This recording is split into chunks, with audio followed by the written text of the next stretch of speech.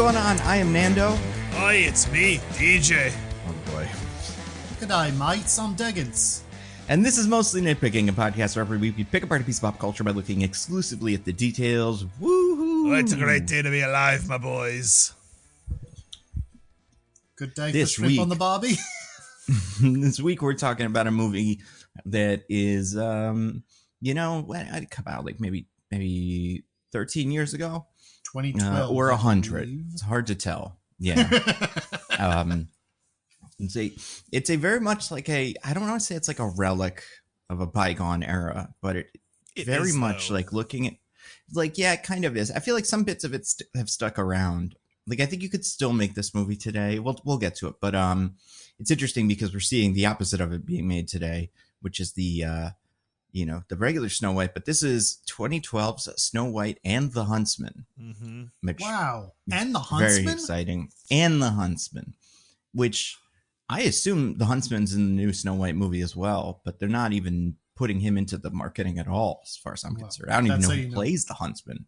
That's how you know that one's going to crash and burn, unlike this one, which was a smash financial success. I think it kind of was. So No, it was. We'll I'm get not to it, joking. but I mean, yeah, they made. there is a joke in there, but the joke isn't that this didn't succeed financially. Yeah. Oh, there it is. Okay, so there's a Huntsman. He's up there on the call sheet, fourth or fifth maybe. The actor's name Ansu Kabia. Couldn't even. I'm sure I fucked that up. But he is known for not a ton, although he did play UK newsreader in Fast and Furious Presents Hobbs and Shaw. Ooh. Wow, that's huge. I know. You'll probably remember him from that. Oh, he's Ruthven Sykes in Sandman. I watched Sandman. What's his character? Ruthven Sykes. All the names are just Sandman. Remember Sandman, you guys? What a... Yeah. Yeah. Too bad Yeah, we can't go yeah. back to it, huh, boys? Nope, we can't. They're gonna try, but we can't. Oh, he's one of the guys who was like in the first bit where they're like in the old Victorian house and stuff. Anyway, you guys, we're talking about that movie today. What should I say it was? Oh, the Snow White one and the Huntsman, 2012. Wow. I was You excited guys- when you said Snow White, but now that I know it's the Huntsman too, That's right. Well, Can't wait and for don't Snow get White too and the Huntsman, excited. too. Well, they made a A Snow movie White and the that does Huntsman too, exist. but that's not what it's called, and it has an even more. Have either of you guys seen what it is called? I know what it's called. Okay, yeah, that goes in an interesting direction, and we'll talk about it at some point. But before that, we got to talk about the big news of the week, which is like a week old, but there's not really anything better. I watched that ballerina trailer and I kind of got bored, so it's not doing that. And then I watched that Elio trailer. I also didn't really have any strong feelings about it, but I feel like A week that ago. Elio movie's been perpetually coming out for the past 3 years. and remind me, isn't that one of the ones that they said was too woke because of environmentalism or something? They had to pull back on it. And in that same article where Disney was like, we're not going to make the stories for, I don't know, non-whites anymore, or whatever it was they said. But I don't know. I mean, this one has been on the advertisement like circuit for a while. But speaking of things that are being advertised, they're making a Lilo and Stitch movie, you guys. Oh, What? man. No Huntsman, as far as we know. No Huntsman involved, but there's always time. Oh, yeah. There's this trailer came out on the 12th, which was a week ago from when we're recording this. I remember seeing it and having some thoughts, but for you guys who just saw it, and for everybody, I assume both of you guys, goes without saying, you've seen the original, right? Yeah. Oh, yeah. Every so often, I'll hear from someone who hasn't, and I'm like, oh, I guess that those people are like allowed to be, like I think people that grew up in our age, we just had to see all the Disney movies until this Yeah. one, and then they started getting kind of bad, but You guys, this was one of the good ones. you guys ever talk to someone outside of our age range and they're like, I don't think Emperor's New Groove is that good? Oh, Yeah, oh, I know. tragic. Disgusting. I know, and it's like you want to be like, no, it is, and then you can show them a funny part, and then they go, wait, who plays and then you're like, never mind, it's fucking David Spade. I don't know, it only works in 2002 or whatever. So you're talking about who plays the peasant guy, John Goodman? Yeah, we love John Goodman. We do love John Goodman. And listen, I don't even know if David Spade is like canceled or anything, but he is an acquired taste. And that is a movie that, like, if they remade it today and they didn't want to cast an actual person from that area, like a Ben Schwartz or something would fit that role real well. And Oh, yeah. I feel like every generation has its like annoying motor mouth, and seems like a generation later, that next generation just cannot connect with them. But Are this you movie does not have on one of. that Yeah. people nowadays would not be fans of Joe Dirt himself? You know, I don't know. I wonder if Joe Dirt would make a comeback. You know, I mean, we're getting Happy Gilmore too. We had a trailer for that. Oh boy. Treated him like a religious figure, like all these like new comedies do, where they don't really try to be funny. They're just like, remember this thing from your childhood. You can just say Ghostbusters, Nando. It's fine. I mean, Ghostbusters, Zoolander. There were a couple of them of like comedy sequels that, like Coming to America, where you were like, I get that you know this is a comedy, but you're not advertising it like a comedy because this is for dads to like remember their youth. You know what was this? Was the Beverly Hills Cop movie they put out on Netflix last year that was okay. But anyway, Lilo and Stitch, you guys, we've seen it. Yeah. DJ, Yes. do you like it? Are you a fan You know, of the original Lilo and Stitch yeah. movie? It is a movie I have seen more than twice, but I don't feel like I have any real affinity towards it. Like, it's fine. Really? Yeah, I don't know. It never connected with me as a youth, and it just didn't stick. So I don't hate it, but like, I don't love it. Was it a lack of 9/11 in it? I might Because that was notoriously something that changed about it. Have you ever heard this? No, I don't know what this is. Okay, so do you remember, without spoiling Lilo and Stitch, the cartoon, and I assume probably the live action one also, ends with a big plane something, like these spaceship maneuver chase or whatever. And in the version that was released in theaters, it's through, like volcanoes and like Hawaiian, nature and stuff. In the original version, it's through a city, but because of 9/11, which happened right before the movie came out, they didn't want to have plane through the city as the action sequence, so they completely changed it. Oh, wow. You can still find it online or like animatics of it or something. But interesting. Yeah, so wow. What about you, Diggins? How do you feel about original Lilo and Stitch? I wouldn't say Lilo and Stitch was ever one of my favorites, but I did have some fondness for it. I liked that TV show with all the experiments and everything. So, and I feel like Lilo and Stitch is one of those movies where you go back and watch it when you're older, and it's like, there's more here than I would have thought. Like, Lilo and Stitch is a pretty good movie. I would say, like, I wouldn't call myself a Stitch head, a Stitcher, if you will. Ooh. But I would say I have a decent level of fondness for it. Yeah, I'm with you. I feel like I am a Stitcher or Stitch head as far as just like liking that movie when it came out, and probably if I watched it today, also having a good time with it. It suffers from not having songs. It has some songs. It has music, but it's not like, it doesn't feel like a lot of the other Disney movies at the time, and taking place in the present day, which none of them did. At the least, like, of that era. But beyond that, yeah, I love Lilo and Stitch, and I also love the show. And so I'm really what are our thoughts about this? We all watched the trailer. It looked a lot like it. We got to remember shots. Some might say too much like it. Ooh. What's some? Yeah, is that a problem? Is it a problem to do a shot-for-shot remake of a movie that already exists, but in a less interesting visual style? Yeah, I think we have ample evidence at this point that is a problem. We'll just wait till How to Train Your Dragon is gonna be something. Well, that is an interesting like comparison to this, because this is like, it's the same thing, right? Where it's like a movie that's largely people in costumes or whatever, and then one weird CGI thing that we have to like. And like, I feel like Little Mermaid and I don't know, like Beauty and the Beast didn't really do that. They did like CGI magical world.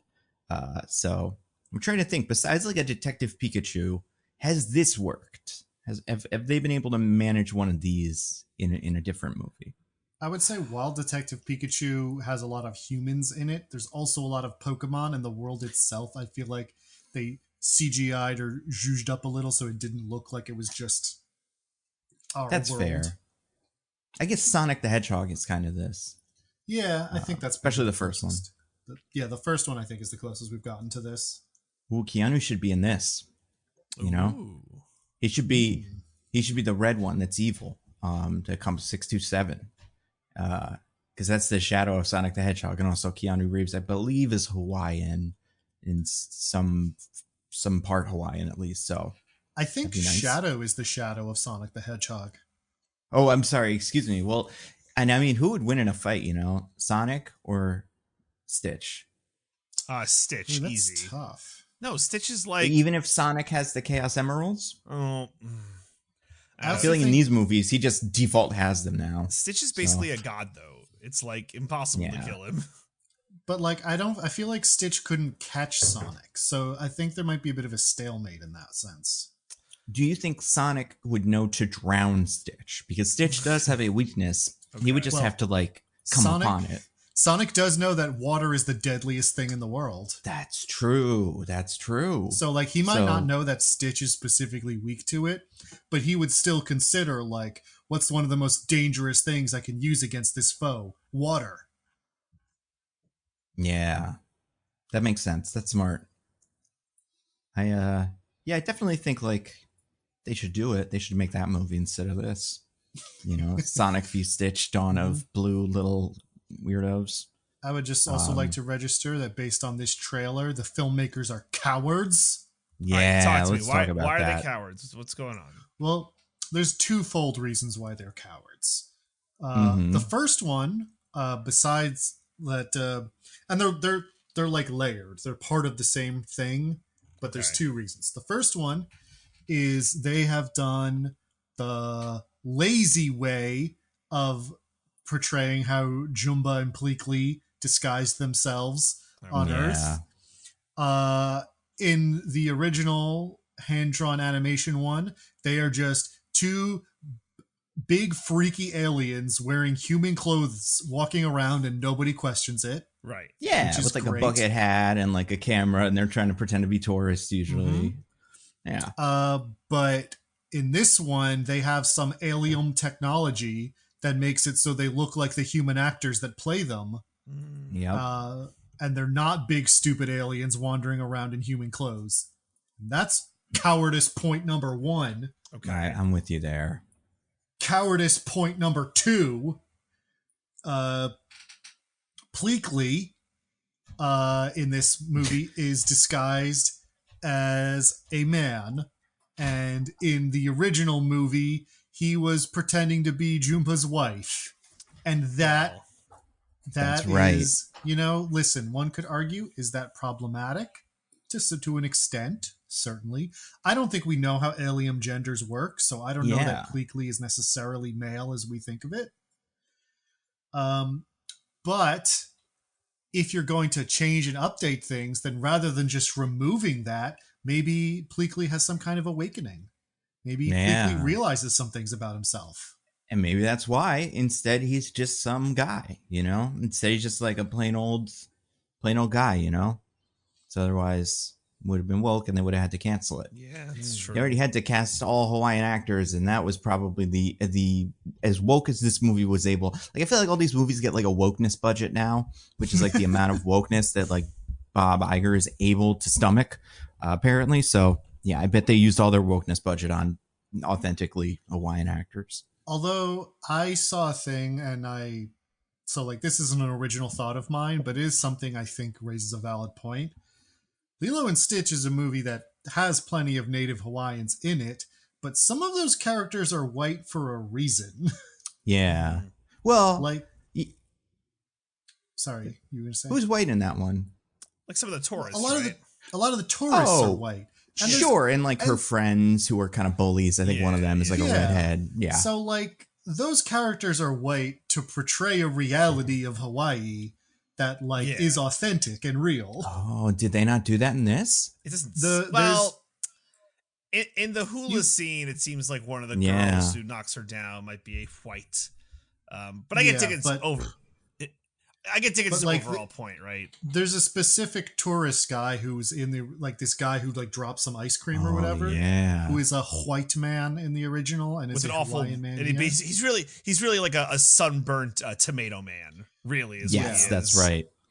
And it's good that they hired Hawaiian actors and that they get some work in this movie that is in some ways not necessarily about, but uses Hawaiian culture. But I don't know. It feels a little thoughtless to not consider that the movie was deliberately doing a thing with a lot of those tourists being white. Yeah. Like where's not like set dressing, but the idea that it's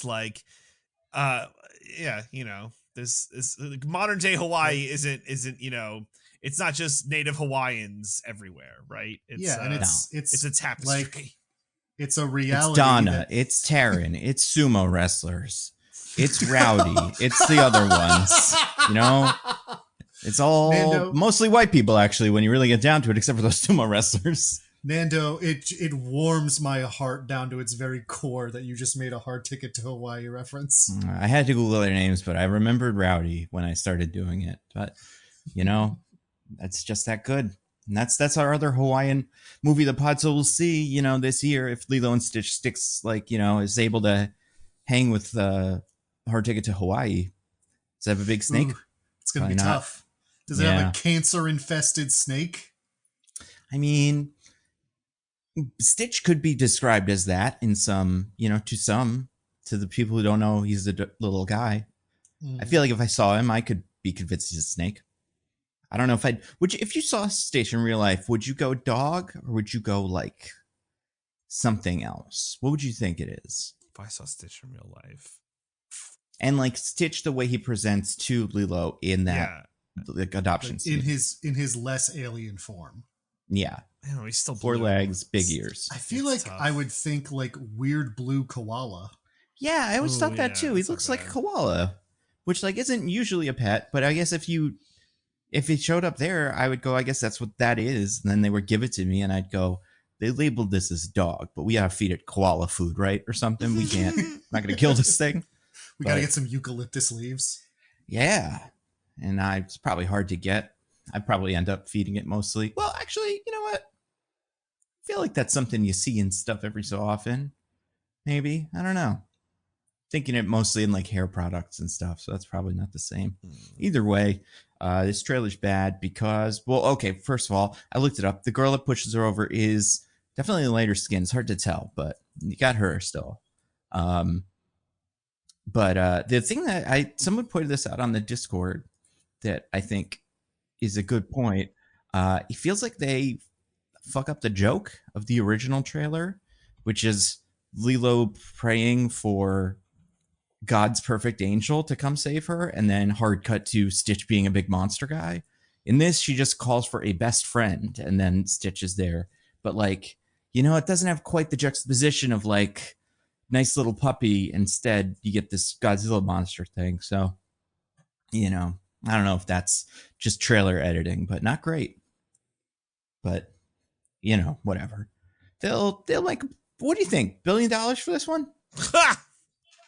I mean, DJ, you have a kid. They love Lilo Stitch. Everybody does, right? I have a kid who loves Stitch, right? Legitimately, he and hates Stitch. Lilo. Every time Lilo's on screen, he's like, "Get her out of here! Boo. Stitch is for me." Yeah. Probably makes sense. $1 billion, yeah, probably. Honestly, I think I could do it. Yeah. What did Mufasa get? They'll triple that. Less. Mufasa did okay. I don't think it. Let's see, Mufasa. Also, how. What a missed opportunity to not have some Mufasa commercial where Stitch is instead the baby or something.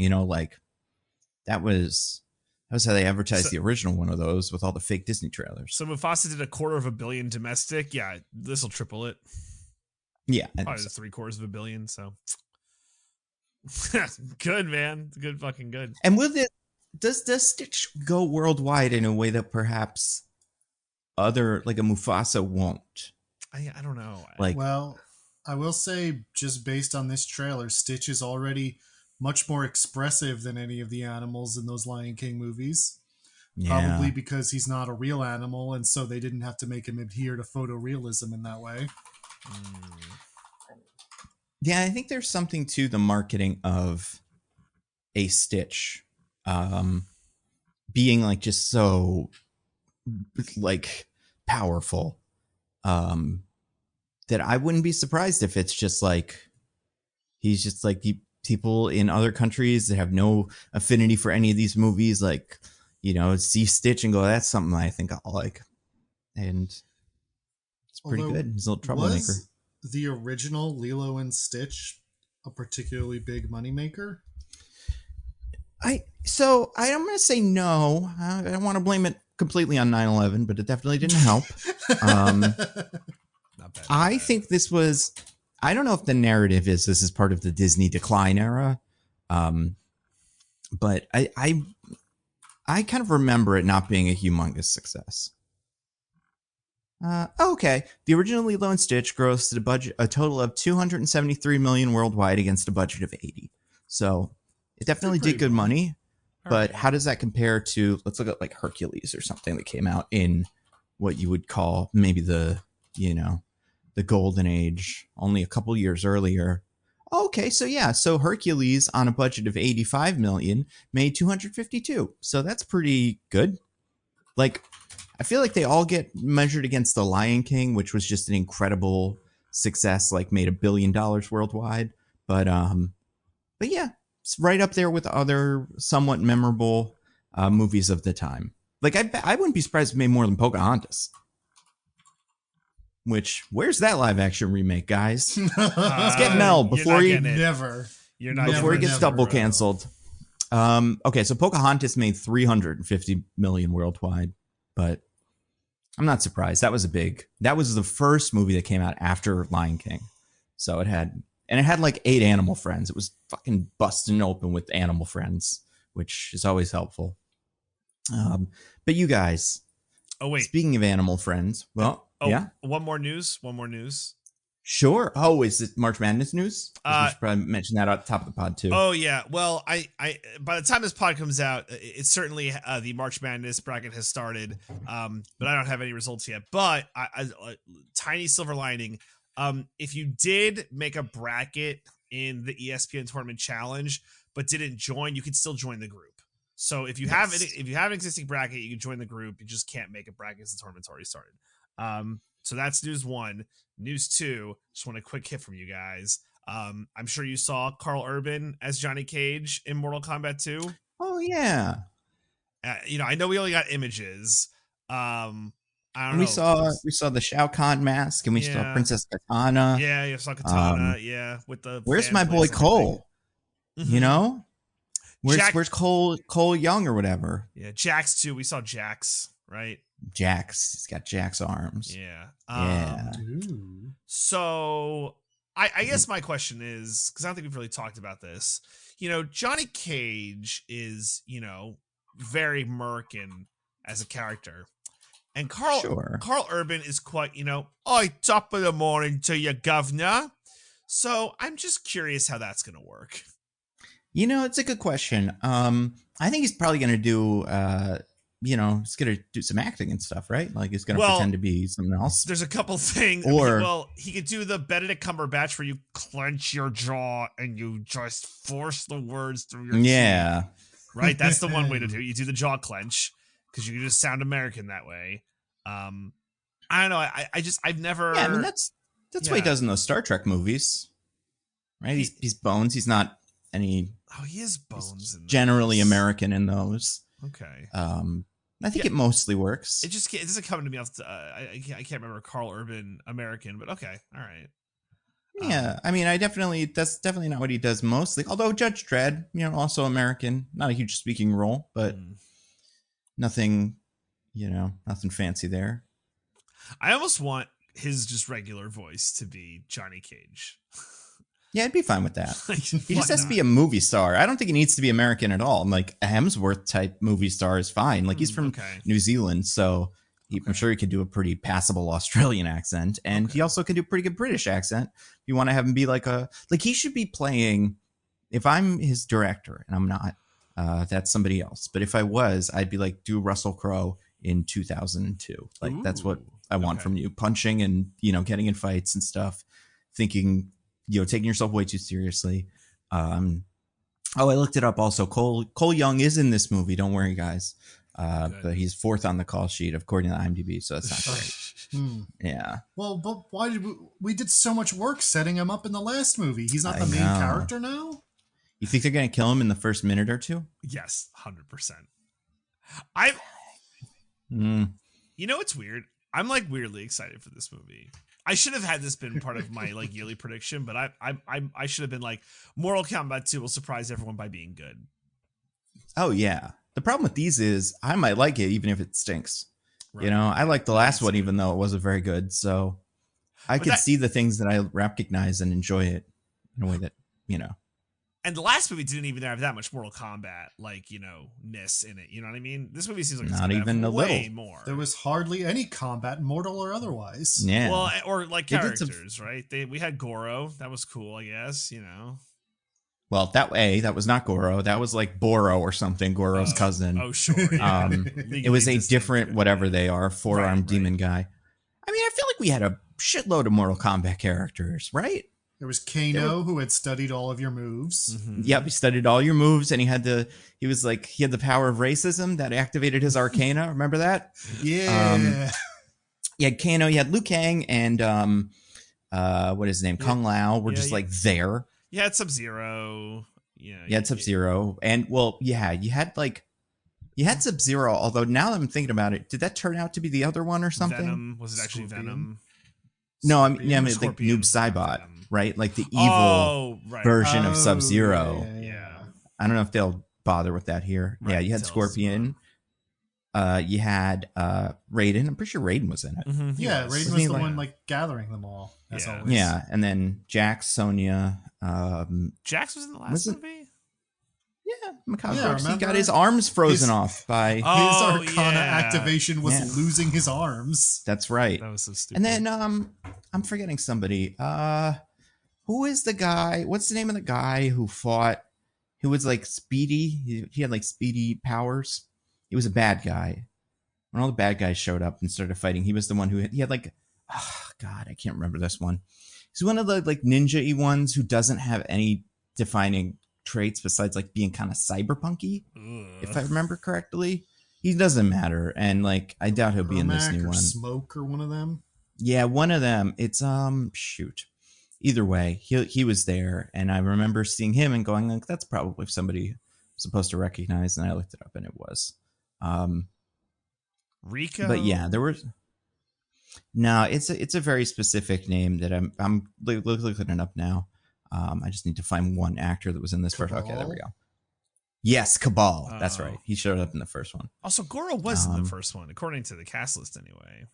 I thought that wasn't Goro. I thought like that was like Goro in name only, or not even in name only, but just like I thought that was Goro the same way that that thing that attacks Doctor Strange at the beginning of Doctor Strange 2 is clearly going for something else. But then when they killed Goro in this, they were like, actually, that was a Goro. That was another guy. Oh, you might be right. But I'm not sure. I mean, if that's what the cast list says, then that's probably right. I think there's still time to change it so that we can have Goro again. Goro voice. So like, did we hear Goro speak at some point? Like maybe that was it. That definitely must have been him. Also, did you guys know? I mean, wait, I know Diggins watched Shogun. DJ, did you watch Shogun? I did not watch Shogun. Oh, okay. I didn't realize that that's the Raiden. Kashigi, the guy who, goes like this. Oh, every time something happens in Shogun. So that's good. Well, he's getting work. He seems fun. But anyway, yeah, I think this could be good. I think so too. Except for, I don't. It probably won't, but it could. I don't have faith. Yeah, there's something about just throwing a lot of characters at it that makes me at least feel a little better about it. Mm-hmm. Yeah. Because it's like they're not holding anything back, but they probably won't. I mean, do you think I saw an interview, because these people are doing press now because, they're putting out the photos, and I think they'll probably put out a trailer soon, that they were saying like, we're going to do a lot of Mortal Kombat stuff. Like it's going to be a combat, not just standing around. So that's I'll good. believe it when I see it. And Melina was in the last one too. Mm-hmm. One of the Katana clones. The one with the size. Weirdly they had Melina, but not Katana. Yeah. And Shang Tsung, which I also don't think I mentioned. I guess they have more than I remember. It was so forgettable, which was the problem. Well, yeah, all the bad guys just kind of showed up in one scene and then like did a little dance and then disappeared and then showed up at the big final fight and then disappeared.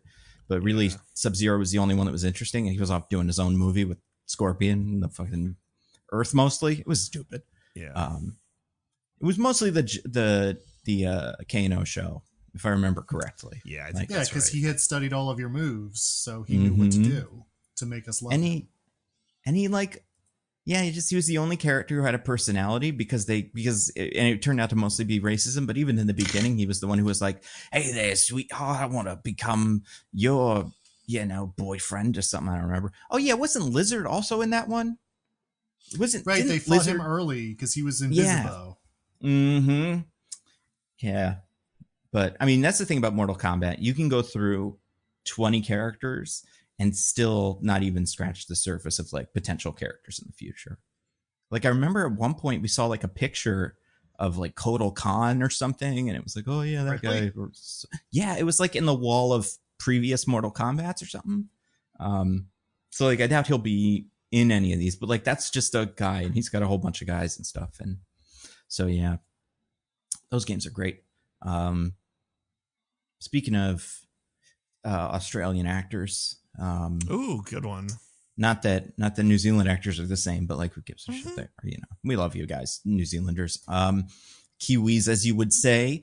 But anyway, speaking of that, we got an Australian actor to talk about today in a movie that he is in. And I would assume, based on, knowing his work and nothing else, he's going to be doing British or Australian in this. So really excited to see which one he picks. We're going to talk about Snow White and the Huntsman from 2012. Very excited about this, you guys. It's maybe the first time in years that someone has thought about this movie. It will be, but maybe in a couple of weeks we'll all be looking back on it fondly. And I was like, remember that time they did the stupid one instead of the one they're doing now? And you never know. But we're gonna talk about it. I'm the IMDb's man because you are. The dry spell is over. Yeah, everything's back to the way it's supposed to be. And that means I am in charge of the IMDb summary game, all that this week, which is going to be very exciting. I think this is a fun summary. But before that, we have to talk about how they get the summaries, which everybody knows this. But in case people haven't seen it, there are a bunch of rocks in the ocean, and they're all just down there. They're made of little black stuff like ore or tar or something. I don't know. They're pretty good. Okay. And we sent a lot of robots down to get them. That's a big thing that they do with it. And then once they get them, then they've got them. Now there's a lot of, environmental issues with this, and we probably shouldn't be getting them, but we are because we want to. So get fucked, I guess, is what we're telling the ocean and stuff. Anyway, these balls, if you crack them open, besides having many valuable minerals, like, I don't know, what's a valuable mineral, you guys? Cobalt and stuff. Quartz. What are all the minerals we're gonna steal from all those other countries in a couple of years? Lithium. Yeah, you got lithium in there. You got all kinds of cool stuff. Quartz is probably. It also has little papers, like a little fortune cookie, that has the summaries of movies that are coming out that year. Depending on the size of the ball and the amount of the composition of the metals, that will sometimes lead to a more accurate summary or just a more good summary in terms of like good for the world. And what I'll say about this one is based on the mineral deposits, I feel like this had a lot of lithium, but maybe almost too much lithium because it borders on like there's something about it that I don't like, but I can't quite put my finger on it. Oh wait, I know one thing I don't like about it, but yeah, it's a weird one. It's too good.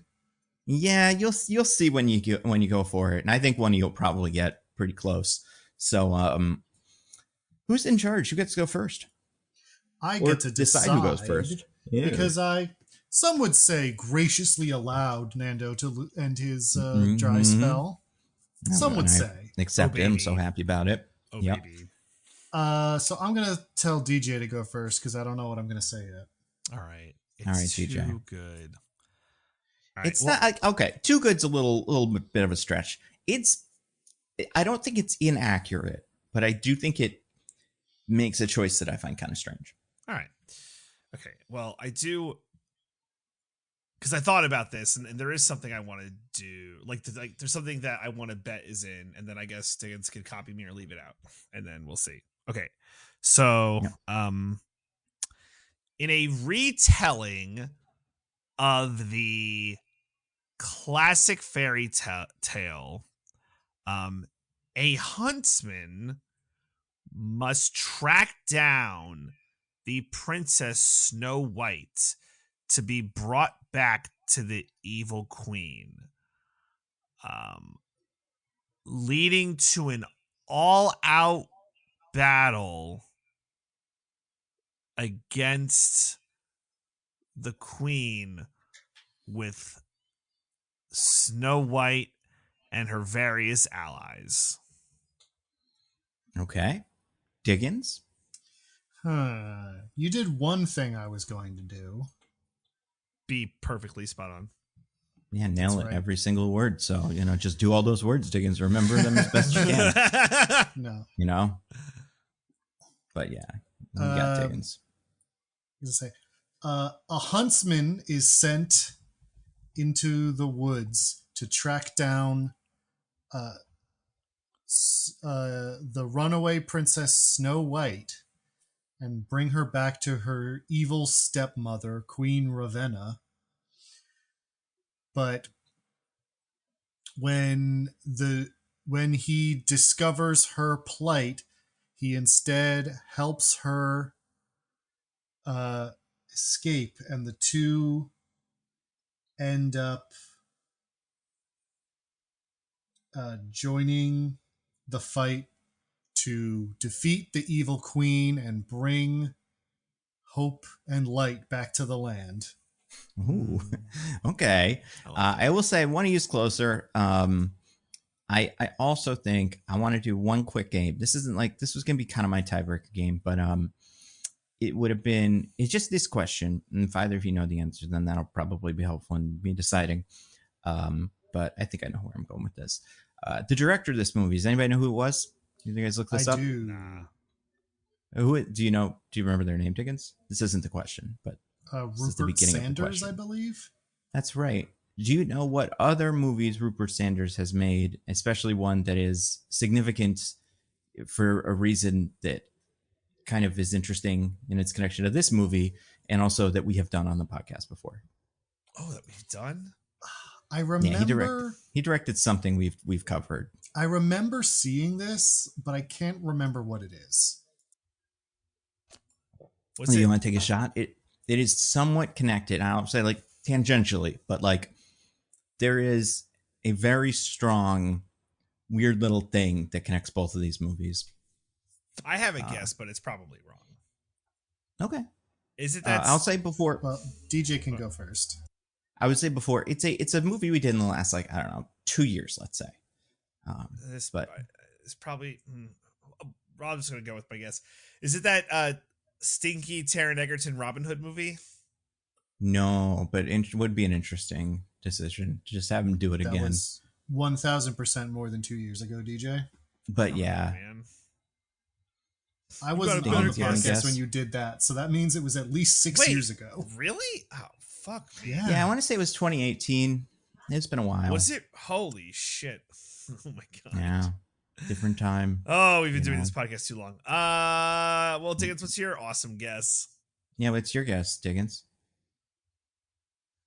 All right. So within the last 2 years, vaguely related to this, which means it's some weird reboot nonsense, probably. Not reboot, but like one of these weird, like we're taking the thing and doing something kooky with it. Perhaps something even more superficial, you never know. Perhaps it has one of the actors in it instead. it can't be Bob Hoskins because this is the last movie Bob Hoskins ever did. That's so sad. That's yeah. But I mean, deeply it could sad. be if it was, say, like the Super Mario Brothers movie, and we covered on the podcast 2 years ago. Then, but either way, yeah. But I don't think it's the Super Mario Brothers movie. it's not the Super Mario Brothers movie because he's not that husband and wife who argued all the time. Who directed that, right, or something? Yeah, something like that. Gotta read that book one of these days. Gosh. Now I'm just forgetting all the movies we've ever done. Shame. Yeah. All right, I'm gonna take another guess. Teenage Mutant Ninja Turtles. Well, Mutant Mayhem. No. Whoa. God. Whoa. DJ, how dare you? How dare I you get two pretend guesses that now, could come right? from this? That movie was so good. This movie is not as good. Also, with Seth Rogen, so it's definitely not. That's true, yeah. Although, like, did he direct it? Or is it like I remember what it is now. Do you remember? And can you figure out what the connection is in my head? Like, what? Wait, if Diggins says the movie, can I try and figure out the connection? I mean, I think you'll know the connection when he says it. Oh, okay. He directed The Crow. He did direct the Crow remake. That's right, from 2024. Is the connection Goo? Nah, just crows. There's a lot of crows I was in gonna the say, movie. it's the And they're connection. ravens. Like crow. But, like, if you look at the yeah. poster for this movie, it's just fucking blackbirds all over the place. Wow. Yeah. Good for him. He directed a couple other things. He did, like, the Ghost in the Shell movie. It doesn't seem like he ever got really higher than this. Well, you've listed so many winners so far. Yeah, I was I gonna know. say it's hard. I know. And he directed an episode of Foundation. I've heard that's kind of good. The first episode of Foundation, apparently. So there you go. But yeah, I mean, listen, you know what? If this is true, this is great. Wait a second. Oh, that sucks. Hold on. I got some weird trivia for this one. All right. Okay. I see. I don't even know how I can Wait, make do you that have a a thing. winner, or is this just like kind of? So This is you just were for going to win, funsies. but Diggins Yeah. got the thing right. So now it's kind of a tie. And, I'm fine with that. Wait, what? Yeah, I'm you fine got with you had the title, or you had the summary better than Diggins. Not by a Oh. huge margin either. You got one thing right better than him. All But right. then you both trailed off into infinity. If one of you had done a shorter version, I think that person would have almost certainly won. Oh, damn. But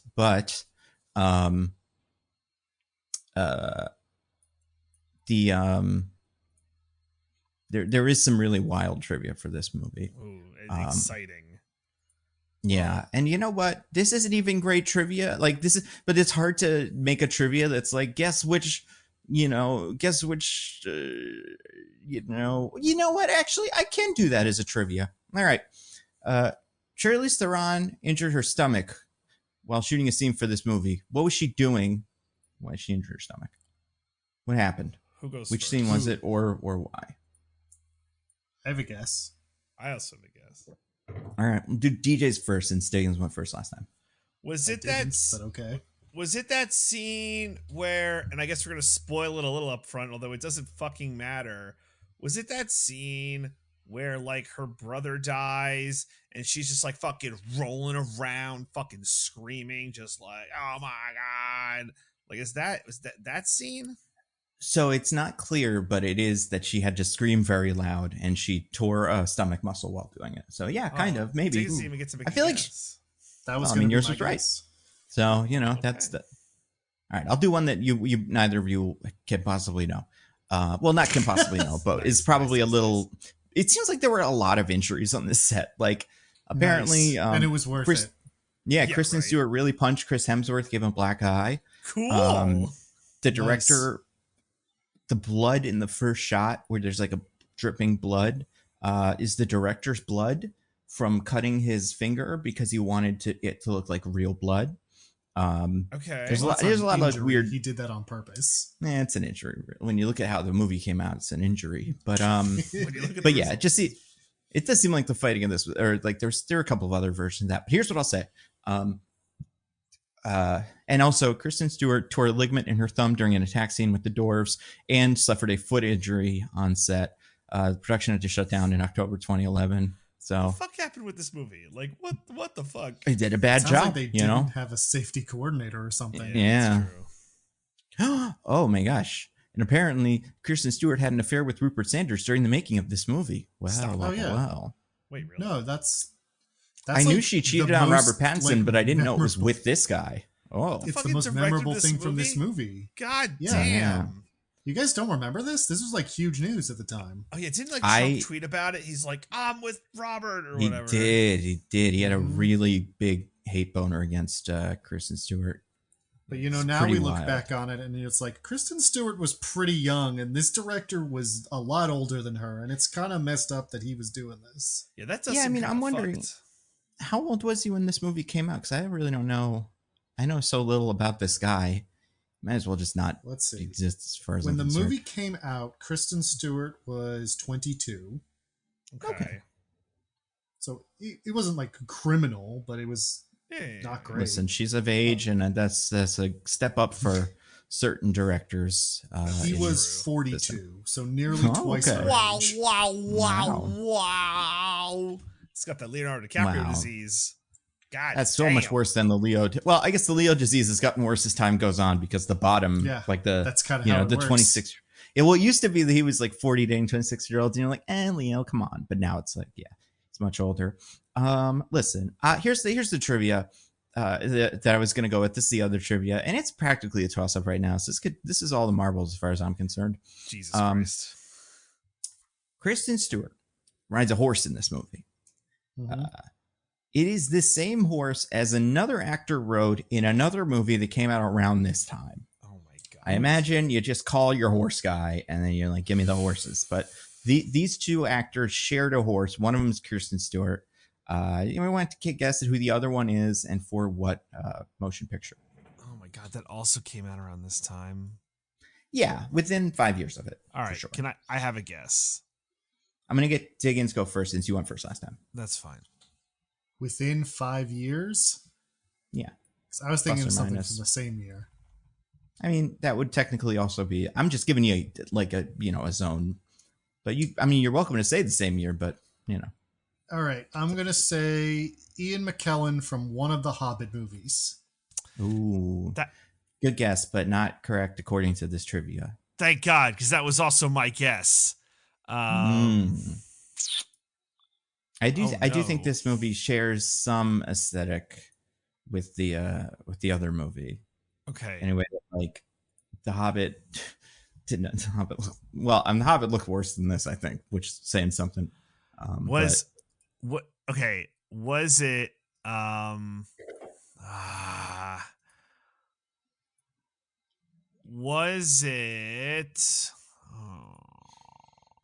was it Jeremy Renner and Hansel and Gretel Witch Hunters? No, good guess though. Maybe I never saw it, but pretty cool. I would say out of both of you, DJ's probably closer, but keep going. Give it another shot.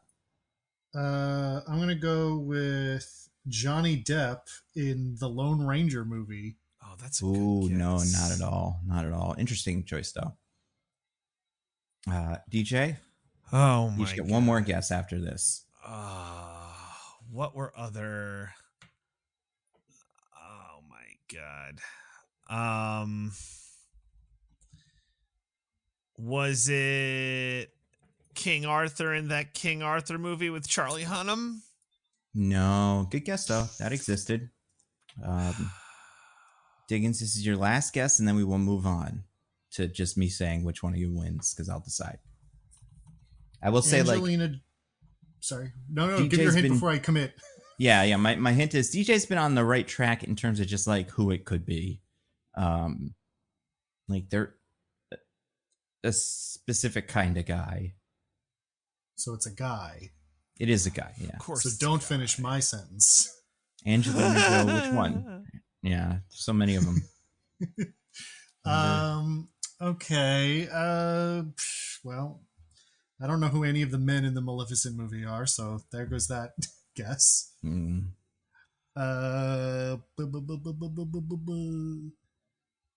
When did movies come out, guys? I don't even know. It's a great question. When did movies come out? I mean, for these movies, like this movie came out when we were all kind of in college, right? Like the Snow White one. Yeah, so that's interesting. Yeah. So I guess this is kind of maybe that from that era. Movies used to come out. Yeah, it's a shame they stopped doing that, and they made us go to work instead. Ugh. Ugh, what a mistake. I can't think of any movies with horses in them. If you can't think of anything specific, you can just give me an actor that you think is in movies. And I have one more guess. If it takes the pressure. Well, yeah, you have one more guess after me. I have my guess. He does, but I have Diggins, you go first. Actor. Okay, I go first, DJ. You go Don't first. try to skirt the rules. I love the stalling. You know what? I'm gonna say that you're asking because of the irony that she shared a horse with Robert Pattinson. Ooh, I like that. Interesting choice though, DJ. Only one last guess for a movie. Maybe it was around this time. Nick Cage, Season of the Witch. Did he ride a horse in that? I don't know, but so no. The answer is at least that's not the right answer, but he could have. No, this was this horse that Kristen Stewart rides in this movie was the same horse from the movie Robin Hood, that was ridden by podcast friend Russell Crowe. She had Russell Crowe's horse. Yep, came out 2 years before this, and was another one of those kind of, I don't even know what you would call these, because that one wasn't as magical, but it was the same kind of like fucking badass. You thought you knew the story, but instead it was badass. I'm going to say DJ wins, because DJ got one of the trivias, Diggins got one, and DJ did better on the whole thing. So the summary from The Rock with the Minerals, in a twist to the fairy tale, so that was DJ's contribution that did really well. The Huntsman, ordered to take Snow White into the woods to be killed, winds up becoming her protector and mentor in a quest to vanquish the evil queen. So both of you kind of got the rest of that. You both centered around the Huntsman, which was good for this, like was a correct move. And you both kind of went a little bit further in terms of what actually happens. This one just left it a little vague, but yeah, I'd say DJ won this one. Yay. Yeah. So pretty good. Other bizarre trivia real quick before I forget. Because this movie had some pretty wild stuff in it. Besides that, this was what's his name's final role. Because I do think that's interesting. Where was it? I guess this isn't trivia because this may count as like controversy or something. Warwick Davis, who is not in this movie, said that the way they made these dwarves by just taking, not dwarf people and smushing them down, was compared it to someone attempting to black up a white actor for a role as a black character. I thought that was a really interesting choice. Yeah. So, there's still time. Maybe that's what the new one is. No one knows. So DJ, as the winner of the IMDb B as in spelling bee, you get to tell us what did you think of Snow White and the Huntsman? Oh man, that's such a cool thing for me. So I'm torn on this movie because it is objectively bad. It is poorly paced. It jumps around. The story is like, I actually don't hate the story, if I'm being totally honest. You think it's sexy? Who you read my notes? You read my notes. We'll talk about it. But like, it's so stupid that it gets in its own way, and it's like you almost had a movie here because we're in like the edgy, right? There's the Hansel and Gretel Jeremy Renner movie where it's like it's the thing but it's edgy or whatever, and it's like we're gonna put so many shirts in a Hot Topic. So like on paper, like a certainly a 2012 version of me should love this movie, but like it really gets in its own way with like the Queen's brother and the jumping around, not like jumping around, but like the just like story beats that don't like flesh themselves out or give them time to breathe. I like, besides how the dwarves were created by taking an actor and like smushing them down, like you should really just give people with dwarfism like that work. Obviously, no, we'd rather create CGI monsters. I was gonna say, I mean, listen, compared to what it looks like in the other one, this movie, I was like, who are these people? That's so interesting. But right. I thought it was quite convincing compared to the new one. But no, I agree. I just don't think it's the best outcome. Oh right? yeah, no, definitely not ethically. But I do think practically not as monstrous as I expected going into this movie. Oh no. Yeah. They look really good in this one. Like it's a bad thing to do, but the effect looks seamless. When I said CGI monsters, I meant the new one. Yeah, for sure. Yeah. Like putting that aside, I didn't even hate that part. Kristen Stewart is Kristen Stewart, and Chris Hemsworth is fine, and Charlize Theron, I don't know, also fine. Weirdly enough, like I just don't think she gets anything to do in this movie. So like I'm left the movie with like meh. Like I definitely don't hate it, but like I want to like it more, but I feel like the movie doesn't give me the opportunity to like it more. This is the most I could possibly like it because the quality at times is so bad. Remember last week we're like, oh my god, it's gonna take us like 40 minutes to do like the first 5 minutes of the Electric Company. Like I'm pretty sure Diggins could get through the first 40 minutes in like 5 minutes, because like it's wild. Like I clocked it and I'm like, all right, so we got through the whole interesting. I'm like, holy shit, 40 minutes. Like, man, I was scrolling a lot of Twitter while I was doing that. No, but like, no, it's like wild how inefficient the time is. And then it jumps to like, okay, we're at the next part of the movie with Chris Hemsworth as the beat now. And it's like done in 5 minutes. I'm like, this is the worst paced movie I've like ever seen in my life.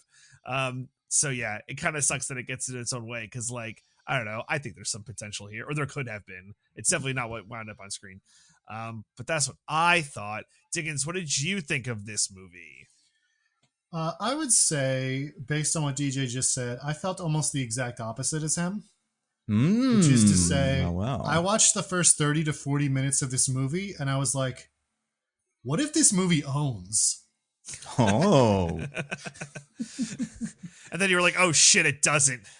Damn it! And then Chris Hemsworth came on screen, and basically from that point forward, the movie stopped owning. Yeah, that's fair. Which is to say, Charlize Theron is serving, as the kids would say in this movie. Yeah, I love her performance. No, Diggins is a kid. If you say serving and mother enough, you become a kid. Oh, good. And I think, personally, as someone who is already a kid, I don't even have to do this. I think Charlize Theron is mother, as far as I'm concerned. You know, that's just what people say. In this, for sure. She's stepmother, Nando. Please. Yeah, that's true. Step on me, mother. Oh, there we go. This is internet right here. This is internet. Slay, as we say, slay. Anyway, go off, King Diggins. What do you have to say about Charlize Theron surfing? Look, she is giving a wildly committed performance that is absolutely off the wall. Like, throwing her whole back into writhing on the floor, or like picking her whole a stomach, apparently. Yeah. Picking a bird's heart out with her little claw thing and eating it, bathing in milk that she then showers on the people below her. Is that what that was? Yeah. I don't know. Maybe. I think it was goo. It felt like it was white goo. Whatever she was bathing in, she then gave it to people to drink. That's what matters. I feel like it's the same shit that fucking Angelina Jolie bathes in that Wanted movie where it like heals your wound. Remember that movie where Chris Pratt gets hit in the head with a keyboard? Yeah, there's one bit where like they have like us bathing pits, and it's the exact same shit. And you know what? It's great. And it's great in both of them. Apparently Angelina Jolie was up for this role too, and she was probably like, I already did a bath of milk movie, so let's give someone else a shot. Yeah, let's keep. Right, exactly. Yeah. But so I love all of those parts, and I love how they tried to make her sympathetic, but also she's still the incredibly evil queen. Yeah. And it's so, I'm going to talk more about it in like the summary / the whatever device we're using. But I love everything about Charlize Theron and the queen in this movie. Everything else is so boring. Mm-hmm. And unfortunately, after those first 30 to 40 minutes, it's mostly everything else. Mm-hmm. Yeah. So the movie becomes a lot less interesting after that. And it has a lot of elements that don't need to be there. Weirdly, one of them is the dwarves. Like, this movie would be way stronger without the dwarves. Yeah. Yeah, it's very true. But yeah, so like the the bits with Chris Hemsworth and Kristen Stewart, like wandering across the forest, meeting a bunch of original characters, Do Not Steal, who are fighting against the Queen. Yeah. And all that stuff is just not very interesting. Her romance with what's his name, not interesting. William or something, the other guy. Yeah. I think his name's William, the Duke's son. Mm-hmm. The whole climax until Charlize Theron is there, not interesting. So, like, unfortunately, the ratio of things that are wild and, like, fun in this movie is far too low for me to recommend it or, like, say it's good.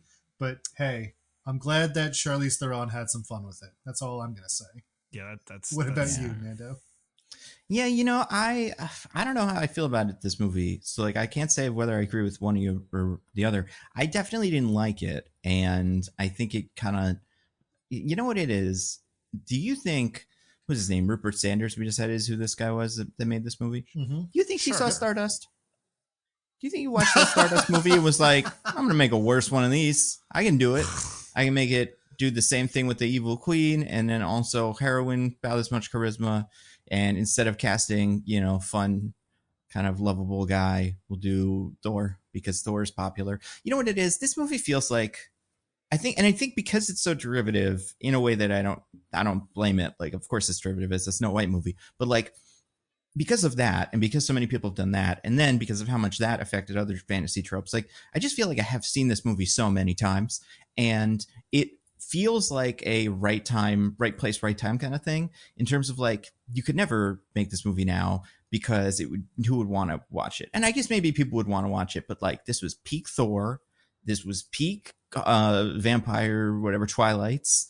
I don't know where Charlize Theron was. She was coming off an Oscar win, I guess, but that was like a couple of years earlier than this. This is pre Mad Max, but it just had a lot of like the right things working for it. So I understand why it was a hit. I was pretty bored by it.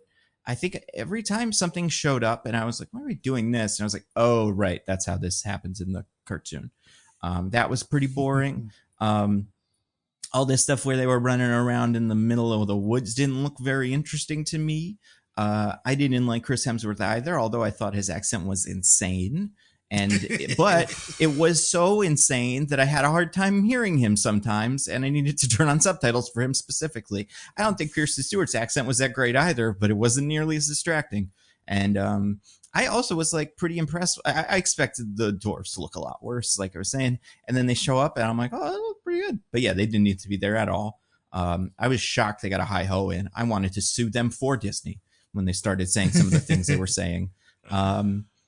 Yeah, and it's got that very, I don't know what this, see, the problem with this, it's too far after Lord of the Rings to be a Lord of the Rings ripoff.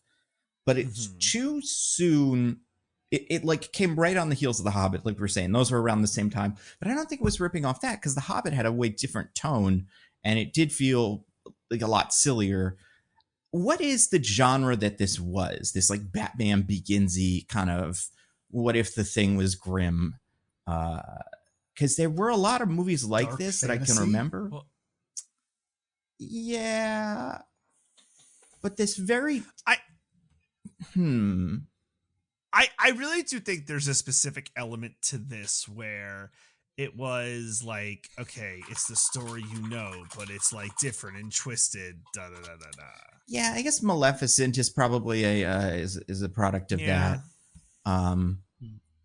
And that's a shame. I've never seen that one, so I don't know if it's any good. Based on your critique, I am forced to conclude that Rupert Sanders is a genius, though. Why is that?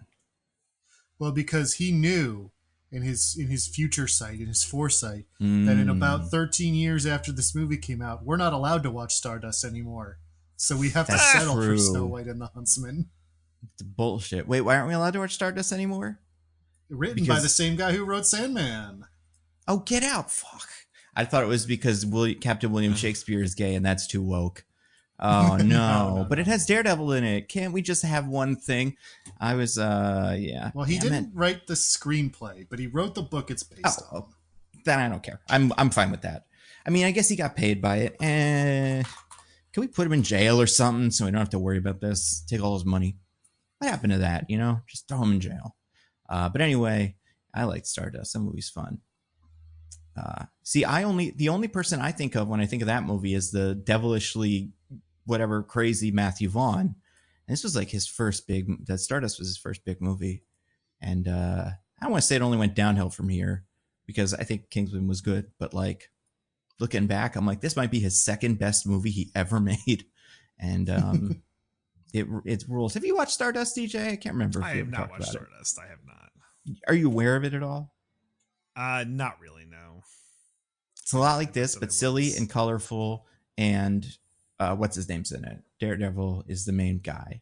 Oh, the boy. It's one of his rare non-Daredevil roles, which is one of the two. It also has Mark Strong in it. Oh, it's full. Man. It's chock full of stars. Henry Cavill. It's one of his first roles. Pretty sure Ricky Gervais is in it, which is a shame, but still, you know. And like you're saying, we've named a bunch of British people so far. A lot of British people. And then smack dab in the middle, for some reason, gay Captain William Shakespeare, played by Robert De Niro, and having a blast, like a very fun character. And I say captain, he's like a pirate. It's bizarre. And he's a pirate of like a sky ship. Flying ship. It's great. It's a shame I'm never going to watch this movie. Wow. I know. It's all right. It's not the best movie ever made, but it reminds me a lot of this in ways that make me go, I did like it better when they did. And you know what it is? Michelle Pfeiffer plays the evil queen who also sucks people's souls out to maintain her youth and is doing kind of the same thing as Charlize Theron, but with more kind of like, I'm enjoying this than Charlize Theron, who has pure anger the whole movie. And I enjoyed that more, I think. That's why between those two performances, the Michelle Pfeiffer was just a little bit more fun. And that makes a lot of sense. Yeah, Mark Strong's really good in it. Anyway, this movie, not as good. I didn't like it. But I think, you know what it does look like, though? And this is an aesthetic that I don't care for, is Harry Potter. Those late game Harry Potter movies that all looked kind of this. Like a lot of dark blues and browns and blacks. And I don't like that. Not that, you know, Marvel's that much better, but I do think it just felt, I don't know. Didn't look great. Sword fighting wasn't very good. I don't know. It was okay. Some parts that were a little cool, but overall, I'm not surprised this didn't hit, but I am surprised it got a sequel. DJ, do you want to take a guess at what the sequel is, since Diggins says he already knows what it is? Oh my God. I know, because this movie ends, I was expecting this to be way more of a cliffhanger kind of ending, but it ends pretty definitively. Yeah, like, it's got to be Snow White as the queen. Oh, is it like, does she have kids or whatever, and the kids or something? It's like one of her kids become evil or something like that. That is an option, but that is not what it was. Because you see, DJ, this movie came out in 2012, the original one. Then in 2013, a little movie called Frozen came out. And then in 2016, they did Huntsman Winter's Wars, which is Huntsman Origins. And it was the evil queen had a sister who was Elsa, basically. Of course. A lot of the original cast does not reprise their roles. Most of the not elves, excuse me. Most of the dwarves I don't think show up, but I know Kristen Stewart does not, and is kind of replaced by like Jessica Chastain as like a friend of the Huntsman. Maybe his wife, honestly. I don't even remember if she's named in this movie. She probably is. So yeah, it was bad. I mean, maybe it was good. I don't know. I haven't seen it, but it seems like seems like fans of this one would be a little like, what happened to all those guys? Yeah. You know, that's something. Speaking of what happened to all those guys, Diggins, I would love it if you would describe what happens in this movie and also tell us what the thing is that we're going to use to determine where the movie gets stopped so we can talk about it. So, okay, we are going to go through some little summaries here, but of course, first we need our device. Yes, guys, what is it? I heard your feedback about the egg. Too wet, too squishy. So I've got a new device here that I think you're all going to really love. It's the lighter. Oh. Anytime you got something you want to bring up or drill down on in this movie, you just take out your lighter, flip it open, and you go ahead and tell us what's on your mind. Wow. Do we hold it up to an elderly Japanese man, like in that one scene from Godzilla, where Jean Reno is like, "Tell me about Godzilla" to the guy, and then he like holds up a lighter to his face? I love that scene. It's exactly like that, Nando. Yes. Jean Reno just cannot get a cup of coffee to save his life. They just don't know how to make good coffee in America. That's true. But that sounds great. I'm excited. All right. But now we've got to talk about Snow White and the Huntsman. So, of course, in Snow White and the Huntsman, I kind of referred to this, but there's like this weird sort of subplot going on where she has this romance with this one guy that's like building up, but also she has some chemistry with Chris Hemsworth, or at least the movie wants us to think she does. I would like us to believe. So it's like this weird kind of like love triangle sort of thing where they're competing, which actually reminds me of something from an old show I used to watch. Oh, what show is that? It would be Joey, the spinoff of Friends. Oh, of course. Oh, Joey. Yeah. You know, I've heard more and more about that show recently, actually. I know. They're putting episodes up on YouTube and everything. They're putting new ones up, too. Not like new episodes, but like they're doing this weekly. Everybody's gets to be on this train with us. Thing? They did. They added one yesterday, the third whatever book club, I think. So, yeah, we're doing it. Wow. We really started a trend. We did. We have one shot. Like, we have one choice to how do we want to affect the world? And we were like, I don't know. There's a lot going on in the world, but what I really think it needs is Joey. And then we, pointed all of our chi at Joey, and now it's back. Right. So now, complain about whatever you want, people, but not the Joey, because we fixed it. We've done it. Congratulations, us. All right. So the last episode we talked about was part 1 of a 2-parter. So we're picking up with part 2 now. When our pal Joey here has a little bit of a dilemma. You see, he's finally dating his dream girl, his sister's friend Donna, but her husband wants to get back together instead of divorce like they were gonna, and so she's got a choice to make. Now, she doesn't tell him at first, but Gina tells him immediately at the start of the episode, so that tension is just completely gone. It's not part of the episode at all. It's good. Economical. So Joey's like, all right, I'm gonna tell her that I like her, and I'm gonna convince her that she should stay with me. And he does that by saying, like, give me a week to try to show you why life could be good with old Joey. And she's like, okay, I'll stay here for a week and we'll see how things go. So he plans this super romantic getaway. He's going to take her up to a bed and breakfast somewhere. Santa Barbara? I don't know. Yeah, sure. Someone like that. Listen, all California cities that are on LA sound the same to me. And I go, that's not LA. I swear to God, I thought they were like going to the Poconos. I'm like, oh, are they going to the Poconos? Wow. That would be quite a trip. Well, yeah. Classy. He's a classy guy, that Joey. He really pulls out all the stops. And and he learns about this bed and breakfast from Michael, his nephew, who's like, yeah, I went with my mom once and they thought we were a couple and I hated it. Why does this keep coming up? I know, it's crazy. They're secretly fucking in the show. I can't with how much this comes up. They honestly go pretty hard in this one. They do. Yeah. Oh, we're hearing about Joey's dream girl, but what about the other couple on the Michael's show? Dream Michael girl, and Gina. Mom. Yeah. Because when Gina hears about which bed and breakfast he's taking Donna to, she's like, "Oh, Michael and I went there, and we thought we were a couple. It was amazing." Do you remember the detail that she says that they did for them? They spread rose petals on the bed, and I'm like, "Why did you have one bed?" Well, do we know how old he was during this? Maybe he was like little. Oh, maybe it was like a little. Although then that would be way worse. No. Never mind. Yeah, it's a never mind. Situation. Yeah. Odd. But anyway, so Joey has this whole plan, but before they leave, Donna's husband Ron shows up and is like, "Donna, I want to win you back." Nice. Oh, man. But it turns out that he's really stupid. He's stupider than Joey, which is incredible. Yep. Yeah. So Joey tricks him into staying at their apartment without knowing Donna is going on a trip with him. Mm-hmm. But when he and Donna get there, they have all a big romance, and she's like, "This is great, Joey. Literally the only problem in my entire marriage was that my husband wouldn't do big gestures for me, like for example, flying across the country to try to win me back. If that one singular thing changed, our marriage would be perfect." Wait a second.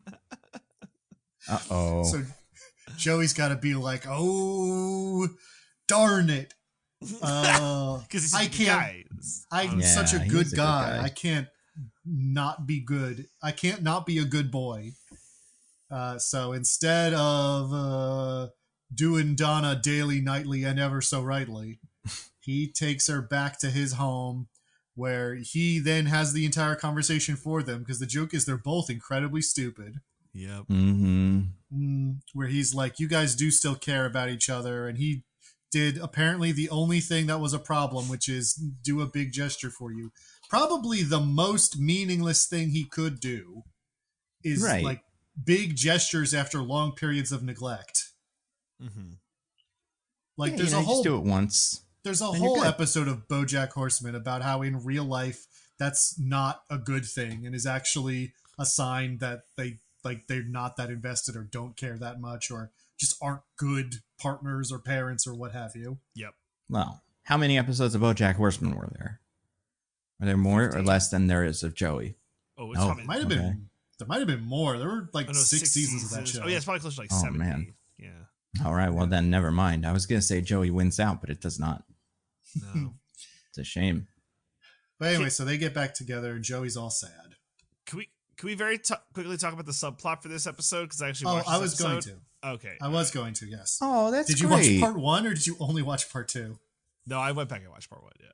Oh, boo. I mean, it starts with the previously on, right? So they know. They got to get up to speed. Of it last recording, yeah, so. Yeah. Yeah, the subplot is Alex finds out that she's a hot girl and people will do things for her for free. And so she starts getting free stuff from people. But at the end, it turns out she's not a hot girl because people have been charging her for those things. And she's like, "Oh no." But luckily Gina's there and goes and gets her, not for free, but at a very reduced price, the expensive sound system. Or something like that. It's like, I got it at cost. Got it at cost and with free installation. So didn't pay for the labor and only paid like the price that they paid for the stereo system. Because Gina is a hot girl. That's true. A hot girl. Wait, so who is Alex? Alex is the neighbor / like super a landlord person. Oh, okay, sure. Yeah. Her husband is the super / landlord, but she does the job because he's never around. There's been a little romantic tension maybe with her and Joey, but I even feel like by now we're like, oh, never mind. That's not going to happen. But in the beginning, that's what it felt like. Yeah. What did you love the neighbor, DJ? The friend Howie? Neighbor? Yeah. I remember him from the previous episode. He seems whatever. Yeah, he's a fun little character. Yeah, he's the only person Alex's hot girl powers definitively worked on. Yeah. But that might just be because she knows Joey. So he's like, "Oh my God, Joey, the man I really am in love with. You hang out with him sometimes, because he really loves Joey." Right. That's true. Okay. Also, now I'm thinking about it. Is the husband anybody famous? Not Gina's husband. The other, Donna's husband. I don't think so. No. Yeah. Well, I mean, you mean Alex's husband, not Gina's husband. No, I mean Gina's husband. Wait, not Gina. No. The perfect girl, whatever. Dream girl. Donna? Well, you said Donna's husband was the one you were talking about, but you said not Gina's husband, Donna's husband. But I just meant because Alex's I said Gina. Husband. Yeah. I mean, Gina's husband is the son, but Danny Nuki is the name of the actor. Oh, he was in like Titanic as a character. He's like an actor. So that's great. Like Joey, he's an actor. Yeah, exactly. And he's in an episode of I Think You Should Leave. He's in. Didn't you say there were going to be 5 people at this table? Maybe that's what you remembered. I think it could be. What'd you think of this one, Diggins? Was this one of your favorites? I would say no. I would say this one felt kind of perfunctory in a way that I didn't enjoy. Yeah. Where, I don't know, everything just sort of had one beat and like that was it. Yeah. So, because it's literally just like Joey wants to win her over, but the husband's there. But then he finds out she cares about the husband, so he doesn't win her over. And it's like, all right. So nothing happened. Feels like this could have been one episode, honestly. Yeah, right? Especially because of where we get like immediately, it's like, oh, okay. So what are we going to do for the rest of this episode? And it's like a lot of bullshit. It's also episode is as short as like an episode of network TV could be. It's only like 20 minutes. And like, yeah. Like I mean, they were all pretty short. Yeah. This one felt it though. Flew by. No, yeah, that's fair. Yeah, this is not, I don't think this is the worst one so far. It might be the worst one so far, honestly. Oh, okay. Glad I tuned in now. Yeah. Like, I think it just feels, because of the connection to the other episodes, it just doesn't, I don't know. There's just nothing super exciting going on. Also, it looks like, I'm not positive about this, he's the guy who's having the dinner on I Think You Should Leave that John Early does not want to pay at. He's the man who's hosting it, who's like at the center of the table. So, yeah. Okay. Pretty good. He lived in Egypt for a month. All right. Pretty good. Yeah, I liked him in that more than I liked him in this. But you know what isn't Joey, guys? What's not Joey? What's not Joey? Snow White and the Huntsman. Definitively correct. It also has the perfect girl in it, though. More, and I would say Snow White is, very explicitly just the optimal human. I think you mean the Dream Girl, because it's Joey Dream Girl Part 2. That's true. That's true. Anyway, all right, Diggins. Anyway, I now put this to you as a challenge. I do the first 40 minutes in 5 minutes. I think you could do it, because the first 40 minutes are my favorite part. Yeah, those are the ones he likes. That's true. That's true. I feel like I could do the rest of the movie in 5 minutes. That's fair. Yeah, that's fair. That's fair. All right, so we open up. A woman bleeds snow on the ground and is like, "I want my daughter to be cool," and it happens. So there's a king and his queen, and they have a daughter who's cool, and they're very happy. But then the queen dies. And that's right. I don't remember how. I think she's just sick. Yeah, I think she just dies. Yeah. I mean, they could be the scheming of the evil queen, because the evil queen like radiates evil or something, but I think it just kind of happens. It just kind of happens. Yeah, I think the it's like how Bill Burr says, just drop dead. Just drop dead. Yeah, he just dropped dead. Just drop right dead. in the middle of brunch. Sometimes it does happen to women, Bill. Just drop dead. In the olden times, at least. People are dropping dead everywhere in olden times. Old ladies walking, you drop dead. They didn't have nutrition. Probably like just full of tuberculosis or something. Yeah. Oh my God. Yeah. We saw their sewer. That is not a environment. Everybody's breathing that in all day. Well, that's why I got to go to the milk. You go to the milk bath, and then you're protected. Oh yeah. Yeah. And if you drink that milk bath water, even better. I'm not going to say no to some free milk bath water if I'm a poor peasant. I don't think I'm going to ask questions, I guess, is my question. My point. I'll take any motherfucker's milk bath water if they're giving it away. That's right. We're not even there yet, guys. Come on. All right. Sorry. All right. So the king's all sad, but he immediately has to ride out to war because an evil army is massing at the edge of his kingdom. So he goes to fight them, and they turn out to all be made of glass or something. And he's like, that's weird. Yeah. But they have one human prisoner who is Charlize Theron, a beautiful woman who seems to have been captured and like chained up. And he's like, don't worry, Charlize Theron, I've got you. And he's so captivated by her, he immediately forgets his dead wife and falls in love. And so they get married, and it's all cool, and everybody's happy, except on their wedding night, Charlize Theron is like, by the way, I'm a girl boss. I think men are stupid, and I'm doing it for myself. I got my Got my first one here. So mine all went in a theme because this movie early on did feel a very way to me that Diggins honed in on very quickly. And my first note is sexy scolding.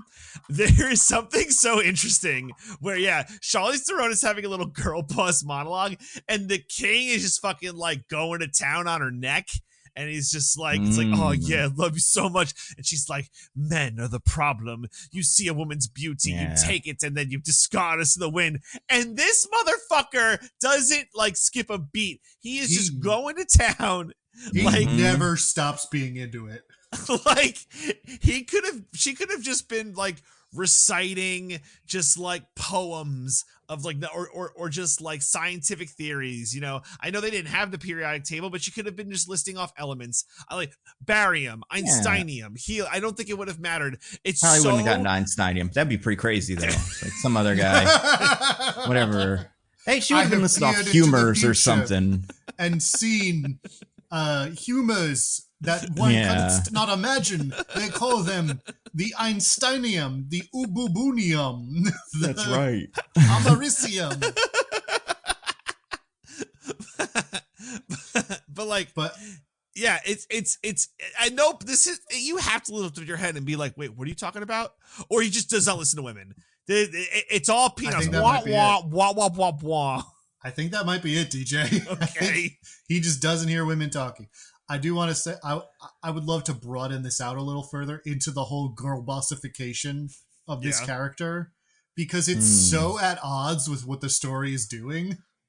Yeah. Where they're like trying to make her vaguely sympathetic, where she's like, the king. I knew a king once who replaced his old queen with me, and if I had grown old, he would have thrown me away too and replaced me with someone younger.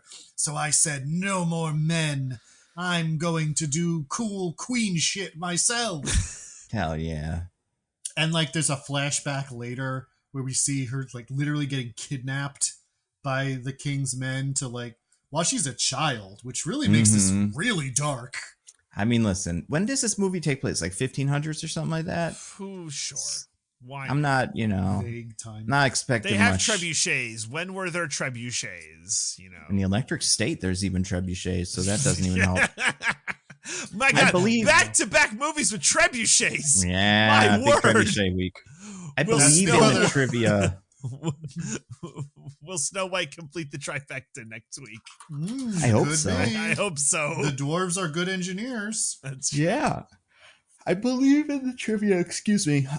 It says that the character played by Charlize Theron is based on a real queen, kind of. So that's kind of what they're going for. Does it give a name? Yeah, it does, but I accidentally opened the wrong Snow White IMDb page. Hold on. Is it Snow White. Elizabeth Bathory? Sounds like it could be that, probably.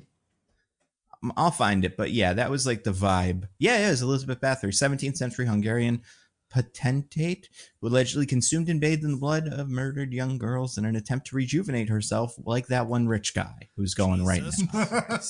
You know that guy I'm talking about? Damn. Yeah. Keep replacing his blood and stuff. Yeah. Mm-hmm. Didn't work for her, but maybe it's going to work for him. I mean, maybe she lived longer than you'd expect. I don't know. But yeah, so 17th century, she was eventually found out and killed, so we don't know if it would have worked or not. Oh, man. Haters. Anyway. But yeah, so we have all these like little sympathetic bits for her. And then also, yeah, she like murders young girls to eat their hearts and like kills this guy on their wedding night and takes over his kingdom pretty much just because she feels like it. Because girl boss. Like she's so comically evil that like any attempt to make her sympathetic is just funny to me. Yeah, I mean, listen, I didn't read, whatever the original material is. I haven't watched the movie recently, but I'm pretty sure this character is not usually called the sympathetic queen. I think she's the evil queen, and she just, I guess it's time for some evil queen stuff. I appreciate that. Fair point. Yeah.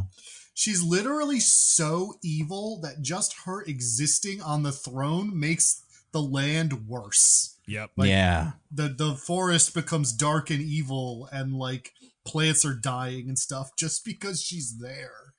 Like, that's not a character you can really try to make sympathetic. Yeah, I mean, it's true. That's just how it goes, She probably put some tariffs in place, Just got in and immediately started yelling at everybody. I don't know, man. Mm-hmm. It's not good. But if I also just want to say I had a couple Queen lighter spots here. So I just want to say that I had Girl Boss Evil Queen, I had Evil Queen Bathwater, I had Suck Queen. Just want to run through those real quick because I think this is just our general Queen space here. Yeah. Well, I mean, if we're doing the general Queen space, then I have one small, because I guess by this point we're talking about the Queen as if she has already taken over. Yeah. She so takes over. I'm gonna talk about it in the summary for in a minute, but let's give all our Queen thoughts. All right, real quick. I just want to say the later here when I show it to the paper or whatever, it just reads Joey's #1 fan, the Queen and her brother. Interesting. Oh man. Did you now? When they first meet, when she lets him in the thing, I'm like, oh, that's an incest vibe I'm getting from them. And then for a while, I didn't really get that. He just was kind of there.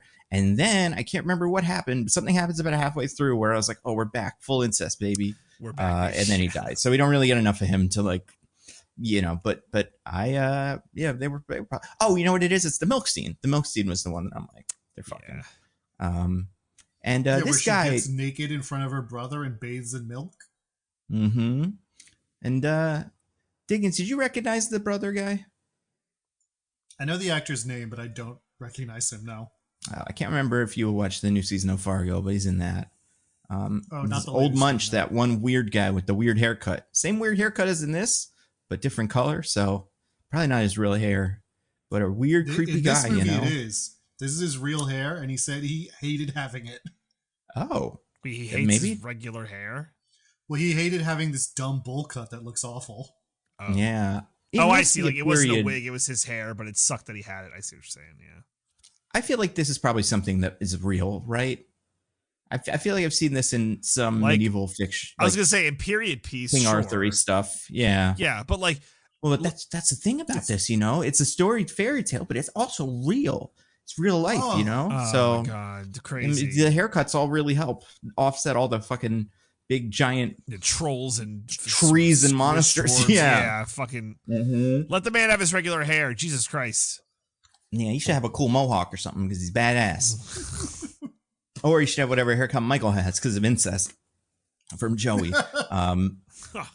But yeah, no, you're totally right about the incest vibe, Nando. There's something going on there. I would never, ever want my sisters to disrobe in front of me and get into a big bathtub full of milk. I would hate that. I mean, for sure. And there's also a part of me that's like, in the beginning of the movie, I'm like, are they like both evil together, or is he just kind of doing what she says? And I think by the end, I still think he's evil, but I do think that there's that one scene, which I'm sure we'll get to, where you're kind of seeing things from his angle, and you're like, what does he think's actually happening here? Mm-hmm. And I love that scene because it's me too. They're kind of, I'll get to it. Yeah, we'll get to it. Anyway, anything else to say about the Queen, fellas? Well, are we talking about the milk bath yet, or are you waiting until we get to the milk bath? We're all in on the milk bath. Okay, so okay.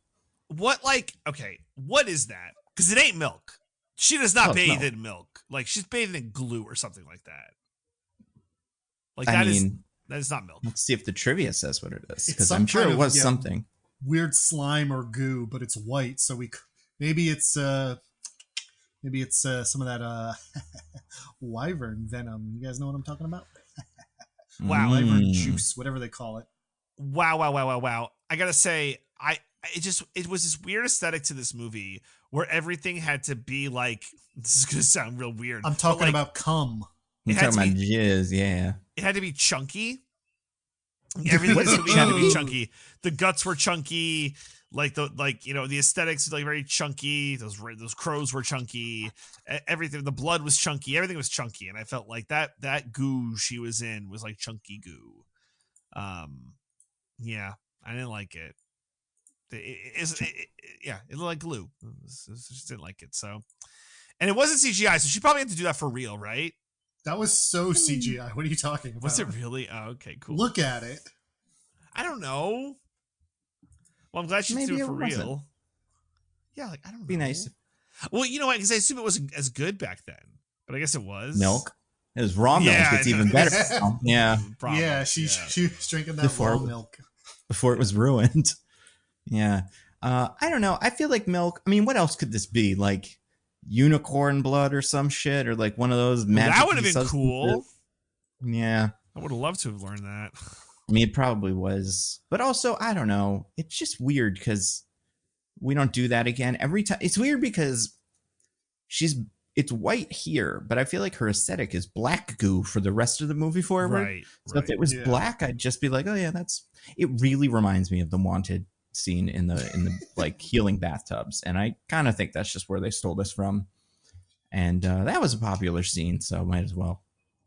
By the way, she is literally, if you're questioning why we brought this up sometimes, literally like there's gargoyle heads that are spraying liquid, presumably from this bath, to the peasants below her tower. Oh, it's got to be, yeah. I mean, good for them. Now, do you think they know that's what it is, or do you think they just think it's the milk clock time? Like they're just happy to be getting some milk, Nando. They're so milk deprived. So it's that, and then my other question is: are these the town sickos?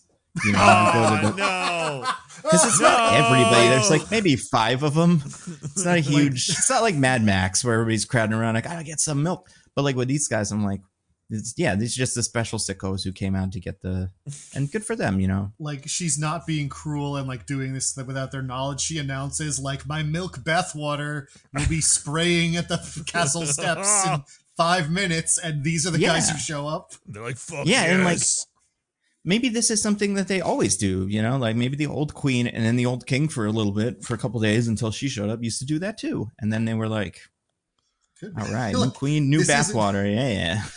This isn't one of her evil things. It was just like there was almost a revolution when she refused to do the milk baths. So she was like, fine, my one concession to you is that I will keep doing the milk baths. I mean, like, let's say it's like lotion or something, right? If you're her, like, I mean, do you throw it away after one use, or do you keep it around for a couple of days, you know? Oh, you can't. How much lotion can it possibly be? Yeah, you have to that's dump true. It. See, in the scene where it's getting sprayed on the commoners, it doesn't look as thick as it does when it's on her. I think she dilutes the milk for the pores with water or something. Yeah. It's bullshit. It's bullshit. You know, it's like a bar. Actually. They always water it down. Yeah. But I do remember this in the trailer, this scene with the white stuff and her getting in it and stuff. It was like not a lot I remember to see because I've never seen this movie, but like that, and then Chris Hemsworth swinging axes around was pretty much all I was expecting from this. So this part delivered, I guess. A lot what you got, yeah. I guess you know what else is weird is this is like a thing where it's like, oh, she maintains her youth, blah, blah, blah. But it's like, this isn't really related to that at all. It seems like she just does this too. Yeah. So this is just for fun.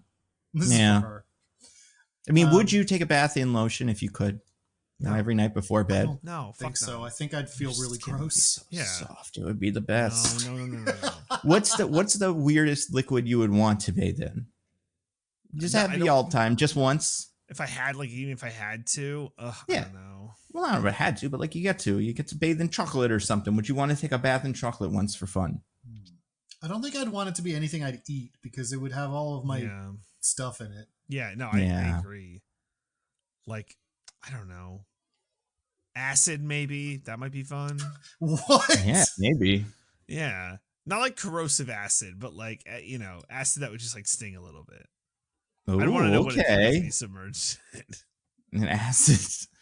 I mean, that seems like not something like you can do. Not like but burn my skin off. But I don't know, like battery acid. Like, is that safe to go into? No. All right, comment section. Sure? Let us know. Can we fill a bathtub with battery acid? Is that? And if DJ bathes probably in expensive. it, will he die? Yeah. Really, is all acid that bad? Really? Huh. I mean, you know, there's levels of pH. There's a whole scale related to what it's to acid. But I mean, I feel like if it's feeling like anything, then it's probably pretty bad, right? It can't be good for you. I want just a little bit of sizzle coming off my arm when I put it in the like a little smoke, a little bubble. Mm-hmm. Well, what about you, Diggins? Do you have anything you'd ever want to bathe in? Blood. Oh, blood sounds fun. I changed my answer to blood. Just to say I've done it. Yeah. Yeah, that makes sense. Does it have to be any blood, or would it be like human blood, goat's it's blood? gotta be human blood, right? Like, otherwise, what are we doing? I mean, there's like other kinds of blood that are cool. Like you're saying goat's blood is like a cool, pagan thing. Pig's blood. Yeah, it's kind of pig's satanic, blood. Yeah. I suppose. I don't know. I just feel I would want it to be human blood. I get it. I understand. That's cool. Do you count yourself as a cannibal if it gets in your mouth? I don't think drinking blood makes you a cannibal. Oh. It makes you a vampire. Well, I mean, if it's cursed blood, I guess. I feel like it makes you a cannibal. I don't know. I think it's it's got to be flesh. You got to eat flesh to be a cannibal. Wow, I'm glad we got your opinions. What if it's ground up into a fluid? Oh my god! If you're still deliberately eating flesh, then you're a cannibal. So what's the difference between fluid flesh and fluid blood? It's the same thing. Well, but blood isn't flesh, though. Yeah, but this is crazy. It's not because blood is fluid that I'm saying that wouldn't make you a cannibal. It's because it's blood.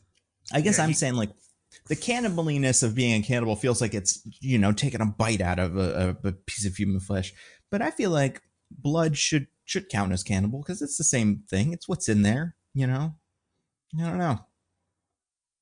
I guess hair doesn't make you a cannibal. Like if you eat someone's hair by accident, you're not a cannibal.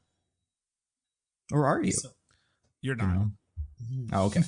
It's cool. DJ's very invested in that being the answer.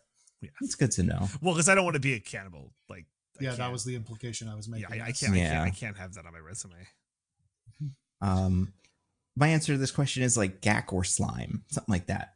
Ooh, something with a little bit more viscosity. It wouldn't be fun, but I feel like that would get lodged somewhere and never come out. I'll get it out. I promise you will. Oh, yeah, it's coming right out. Gack, slime, what's the other one? Non-Newtonian fluids, those would be fun. Maybe. Ooh. I don't even really understand them, but that would be probably cool. Die. Yep. Ferromagnetic, something like that, where I could use magnets to fly. That's probably not how those would work. And I do think lotion would be pretty cool. I'd also like to jump into a big... I'm telling you. I mean... look at Charlize Theron. I guess, like I said, she has multiple ways of staying young in this movie, but the townspeople wouldn't regret it. I'll say that. I would be generous with my lotion bath and spread it far and wide so everybody can enjoy. You'd bottle it and sell it to everyone. You'd export it to foreign countries. Well, and to be fair, I feel like if you're her, you take a shower before you get in the lotion bath, right? So you're not just bringing all the dirt with you. You're relatively clean. So yeah, that's fair. That's not so bad. It's like getting in a pool. Anyway, so the lotion bath thing. Pretty good scene. Anyway, pretty cool. We're like 2 minutes into the movie. Well, we gotta see the Queen clip now, right? The Queen clip has been emptied. Great. We did do all the Queen stuff. Okay. So she kills she's like poisoned her body or something. I don't know. He just dies. She stabs him. Yeah. She does stab him. She stabs him. That's true. She like stabs him in the back and he just like falls over. Like, I'm all dead. And he's like, is this what an orgasm is? Honestly, sick way to die, though. Come on. Let's all be honest. I mean, if I had to pick a way to die, being stabbed by a hot woman I'm about to have sex with is not bad. Yeah, he definitely had an erection, right? He might have finished when he got stabbed. So, Wow. That's disgusting. I thought we were going to say getting stabbed by Charlize Theron is acceptable. The one white South African that I could think of out of the top of my head that I'd be like, she could stab me if she wants. The other one? No, thank you. The one white South African you can think of where that's the direction of stabbing you'd be okay with. Oh, how dare you. There's a lot of white South Africans. Who can even name one? The guy from District 9, that guy. What's his name? That's true. Yeah, that's the other one we're all thinking of. And yeah, she stabs him. And then she goes and unlocks the gate for her kissy kiss brother. Yep. That's pretty she cool. Gets all her guys in and they stab a bunch of people and she's like, I'm the queen now. And they all say, okay. And her brother's like, should we kill everybody here? And she's like, absolutely. except for the king's daughter, Snow White. Throw her in a tower forever. And I did like that. She's just like, I don't know, man. Sometimes that royal blood is useful. Yeah, let's like hedge. You don't want to throw that away. Well, and No, I do feel like this that. movie it's got a weird mix of like, not even science, but like fantasy, just like Robin Hood-y fantasy mixed with magic. And the way that they're like, oh, she has her own army, and she also has her weird shadow army of guys that are like this, which is the same kind of way where it'd be like, nah, I don't know, probably don't know all the magic. It's probably some other stuff, so might as well hold on to her. And yeah, that's how you get to that level. That's how you rise through the ashes. So yeah, she has Snow White thrown in jail, everyone else killed. We cut years later. Snow White's an adult Kristen Stewart now. And she's saying the Lord's Prayer, literally the Lord's Prayer. Love that. This really threw me. Okay, so is she Christian? She must be, right? Is the evil queen Christian? I would assume not, because she's evil. Right. Well, sometimes it's not always so clear, but like I guess it's weird because this is a version like, are the dwarves Christian? I don't think so, for reasons I'll get into later. Yeah, I've never seen that introduced into this side of the fantasy world like that and just kind of thrown away. It comes up a couple times, but this is easily the weirdest one for me. Yeah. Also, Diggins, I think you just forgot one thing before we get to adult Kristen Stewart. I think the mirror sequence happens once. While she's clean. She has her goons bring in the magic mirror, and then she says, "Mirror, mirror on the wall, who's the fairest of them all?" And it like pours out molten gold that takes the vague shape of a man. Because it's not a mirror; it's like a gong. Yeah, it's like a golden disc. It's certainly not a mirror. I kind of like this just because it's weird for no reason. Yeah, sure. Yeah, it's like the chunky. Goo. A lot of goo stuff in this movie. Yeah, it's a lot heavily goo-based movie. Yeah. But yeah, so she does that, and it pours out a goo man who's like, "It's you," and she's like, "Hell yes." But yeah, so adult Kristen Stewart. Whoa, hold on, because because is this the scene where she sees a certain brother, or is that later? I guess it is. Yeah, she sees Greta. Oh no, I'm thinking of the one where the brother comes in while evil queen is. That's when he's supposed to get her. Oh, okay. Sorry, yeah, that's what. She does see someone who is hiding out, who was with the Duke's forces. Who is her? She had a childhood friend named William. And the Duke is his father, and they abandoned her. And by abandoned her, I mean the portcullis shut. She was stuck behind him. There was nothing they could do. And William was like, "We should do something anyway." And his dad was like, "That's stupid." Yeah, I don't want to get killed. Let's get out of here. Correct. So, like, his dad was objectively right. But yeah, so now she's like, forward to adult Kristen. Yeah, now flash forward, and she's like, "The Duke's alive." But it's too late for Greta because Greta gets taken to the Queen. The Queen is sentencing some other Duke supporters who were brought before her, and she's like, "You guys suck." But it's a father and his son, and the son takes a knife out of one of her guards' hilts, which, like, really, come on, man. Yeah. You couldn't have seen this coming. And stabs her in the tummy. Good but for she him. just takes the knife out, no blood whatsoever, and is like, "I hate you." And she puts her fingers over his heart and does the whole Indiana Jones Temple of Doom thing. Yeah. She doesn't actually tear out his heart, but he does die. Yeah, savage. Pretty cool. And then she's like, "Send the old man back to the Duke so they know that I can do cool magic shit that stops your heart." Mm-hmm. And you're like, "Hey, I'm pretty sure you can make a big army of, like, obsidian guys. I'll believe whatever else you tell me. Like, I've seen you do the coolest magic thing. None of the rest of the shit matters." Yeah, so she goes back to her, like, mirror chamber, and she's like, because I had to do a bunch of magic, I'm getting older. Bring me that young girl from the dungeons. So Greta comes up to her, and she sucks all the youth out of her and becomes young again. But she also talks to the mirror and is like, who's the fairest of them all? And I believe this is the point where her brother looks and like he sees her talking to the mirror, but from his perspective, no molten gold goo man comes out and there's no conversation. It's just her talking to herself. Yeah. And I'm like, she can objectively do magic. Like, this isn't like a ambiguous, like, is the thing she's doing magical or not? She stops people's hearts. She makes glass soldiers. She's objectively doing magic that people see and know is real. Mm-hmm. So, like, what's the point of this? I don't know. Is he supposed to be like, because he doesn't, I wouldn't say in this moment he's even like doubting her. I mean, like, no, that's not why the Snow White escape happens, right? He's not like, oh, maybe my sister kind of sucks. No. He's just his incompetence is why it happened. Yeah. His horniness, I think. And the horniness, right. And more sexy. There was, again, more sexy. Mm-hmm. So, yeah, I don't know what the point of this scene was, but I did like it because if you just watch this scene, you would think this character's insane. And and again, objectively magic. Mm-hmm. She just sucked the life out of a person like in Mortal Kombat, like very clearly, doing crazy magic. But the mirror tells her Snow White is the fairest one of all now. Oh, and early in the movie, her mom told her that she has inner beauty because she's nice. Yeah. And so the movie is like, that's what we're talking about this whole time, is that she's cool. And like, that sort of ambiguity is what the original myth is playing on also. But like, they make it very explicit in this one.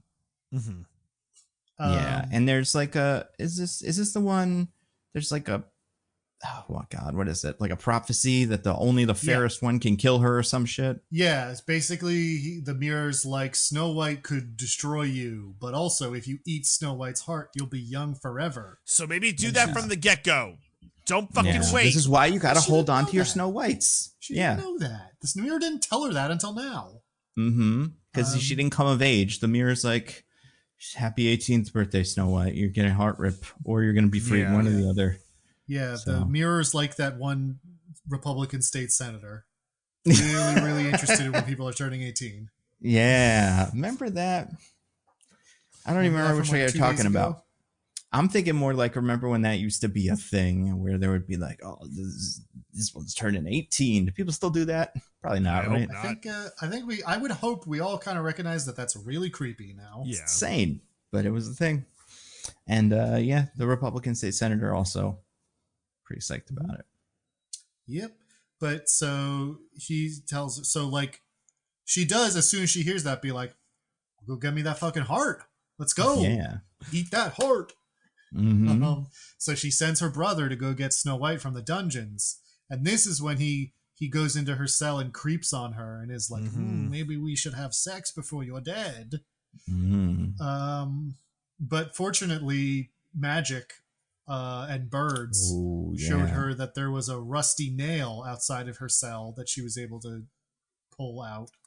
So she stabs him or slashes at him or something and escapes, locks him in the cell and runs away. There's a whole big action sequence. It's really boring. She slides into the sewers and gets away. Yep. Gets on a horse. What's with the birds here? They're just like part of the forest magic bullshit.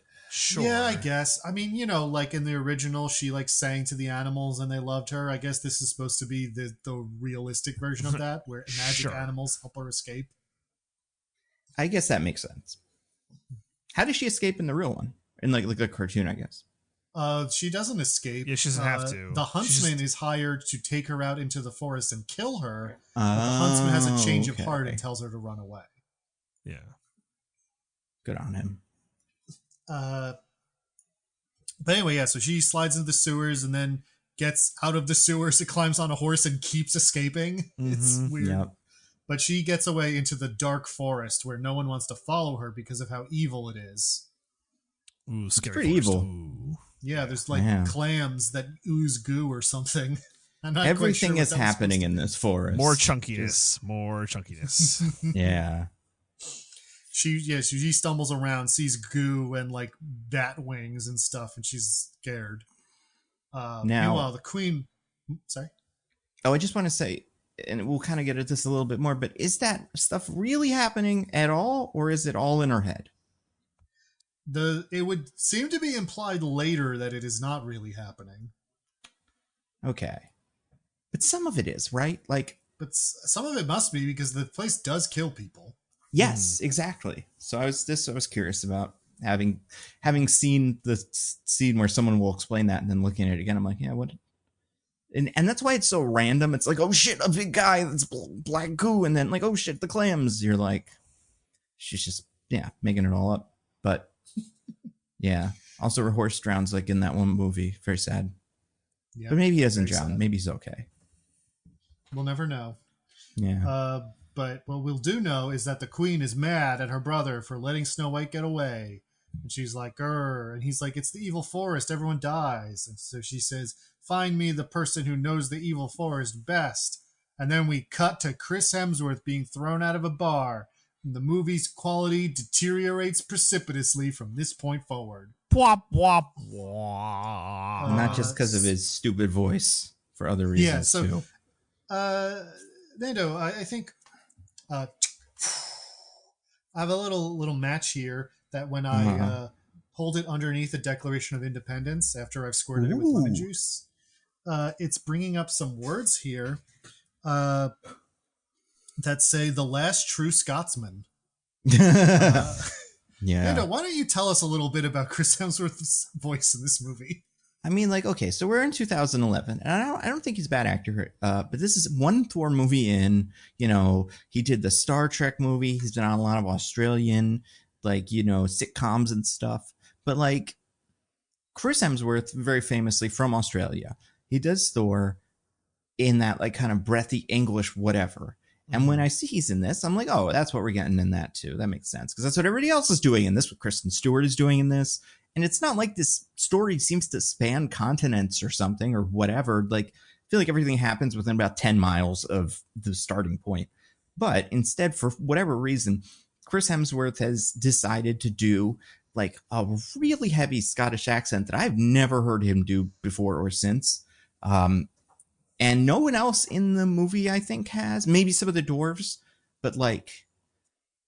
I feel like the William character also doesn't really have an accent that's super strong. So just feels super random here. And it's pretty bad. It is pretty bad. I'm happy he got to have some fun and like, experiment, but I don't know. I don't think it worked. Do you think that's what it was? Like he just started doing a Scottish accent one day and the director was like, what's going on here, Chris? Yeah. He was like, I really just want to experiment with this one. I really want to try Scottish accent. Yeah. And you know what? He was on top of the world and, the people loved it. He's the only character that makes it into the next one. So clearly it worked. But excuse you. I think Nick Frost's dwarf also is in the next one. You're right. He does appear to make it into the next one for some reason. And that's great. Good for him. But yeah, super weird accent. For anybody that hasn't seen it, go find like a scene or something online and you'll hear it. It's a pretty bad choice, right? And you know what? He can't keep it up all the time. That's what I was about to say too, because it's inconsistent too, which is pretty bad. Mm-hmm. Would you say, as far as bizarre accent choices go, where does this rank in the pantheon of mostly nitpicking bizarre accents? Oh my gosh! I mean, is this worse than Mark Wahlberg's Flight Risk? Is it worse than any Tom Hanks accent? No, it's not worse than Geppetto or Major Tom Parker, whatever he's called. I think the only thing, it feels to me like, I don't know if have you ever seen the movie Locke starring Tom Hardy? Yeah. He does a Welsh accent in that movie that is incomprehensible. And like, he's the kind of guy in these movies that I feel like does always do some fucking accent. And I can never figure out what he thinks he's doing. This is kind of like that. But I do think, I just don't know, because it feels so specific, as if this was a real guy. Mm-hmm. But it's cartoons. And it's not even, it's the character in the cartoon even Scottish? Is that a thing maybe? No, he just has the same kind of sort of British, sort of American voice that everyone has. That makes sense. So yeah, weird. Didn't like it. I like Chris Hemsworth usually. I think he's kind of fun. Oh yeah, no, I think Chris Hemsworth is great. Yeah, just this didn't work. It was a bad choice. Yeah, this character in this movie not so good. But yeah, so Chris Hemsworth is thrown into the movie.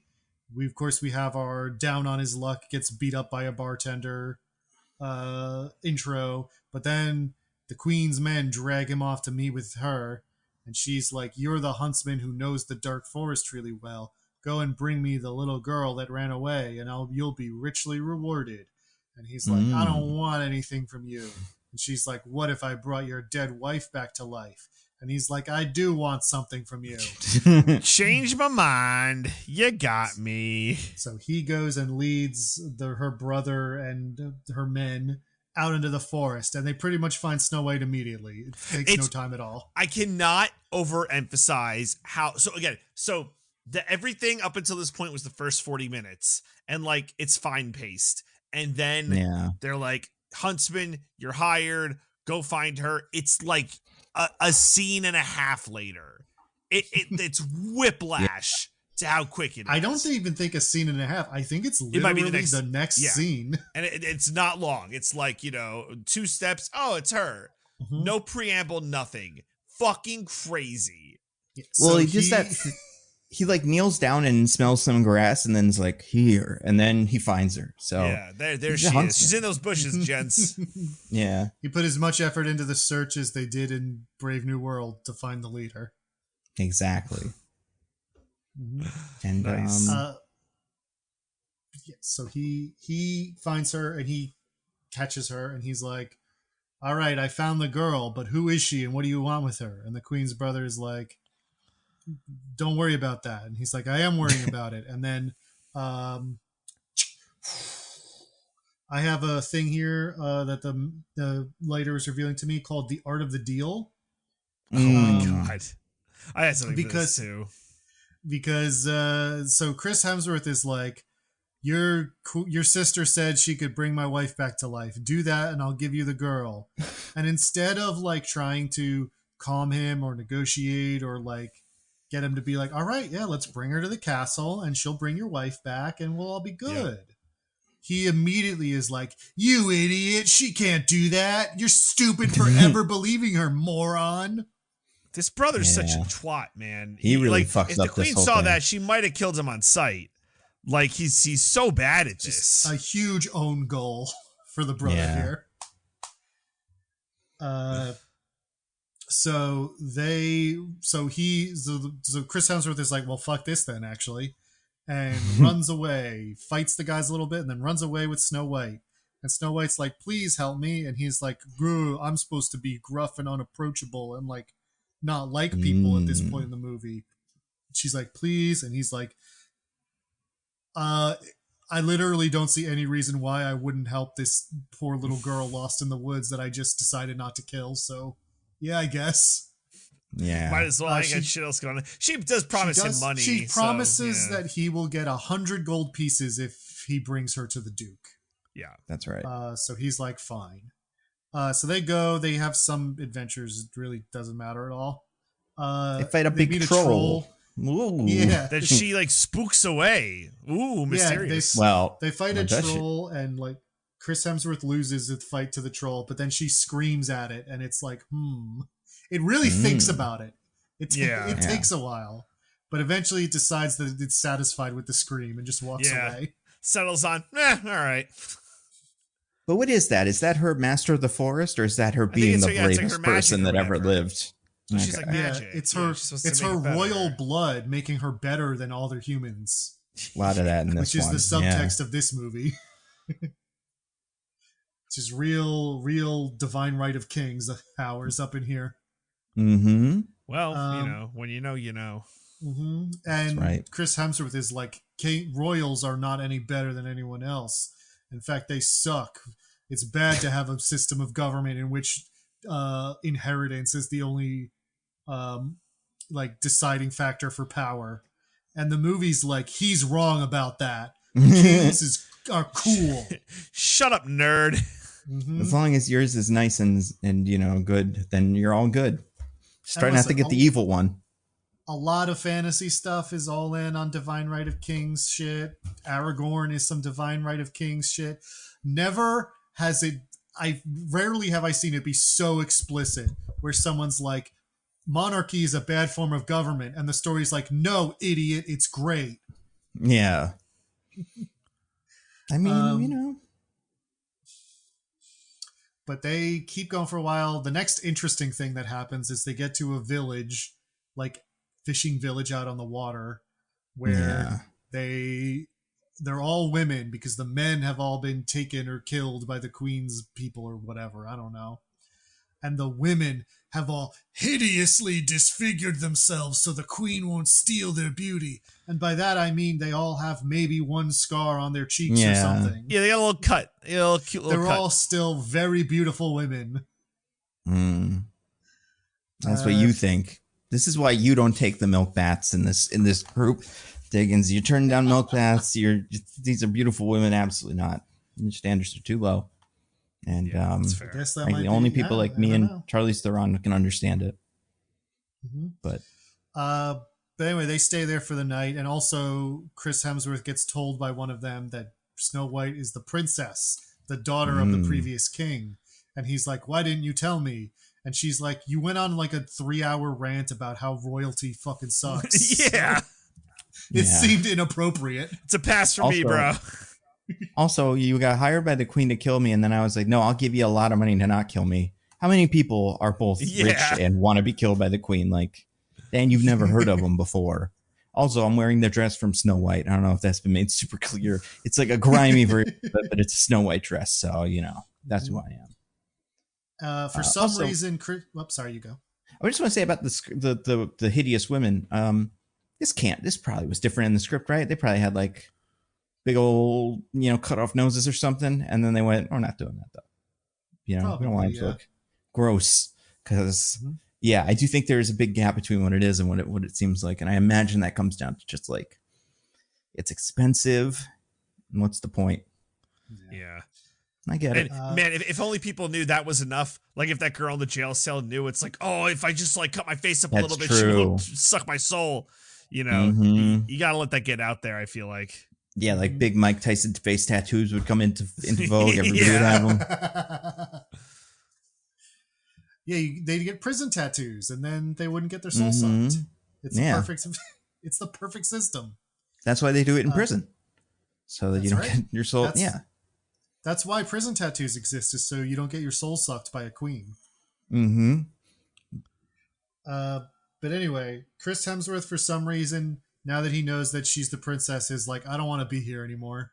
So Fair. He sneaks out in the middle of the night. Or actually, he starts walking away at like sunset, and then it's the middle of the night later, and he appears to have made it all of 30 feet. That's so great. Anyway, so Snow White is sleeping there that night, and then what I can only describe as some incredibly inefficient evil happens, where the brother knows that she is in this village, that she is in one of these random houses, and that this is a defenseless village full of like women who have been abandoned by, well, not abandoned, but like who have lost all of their men.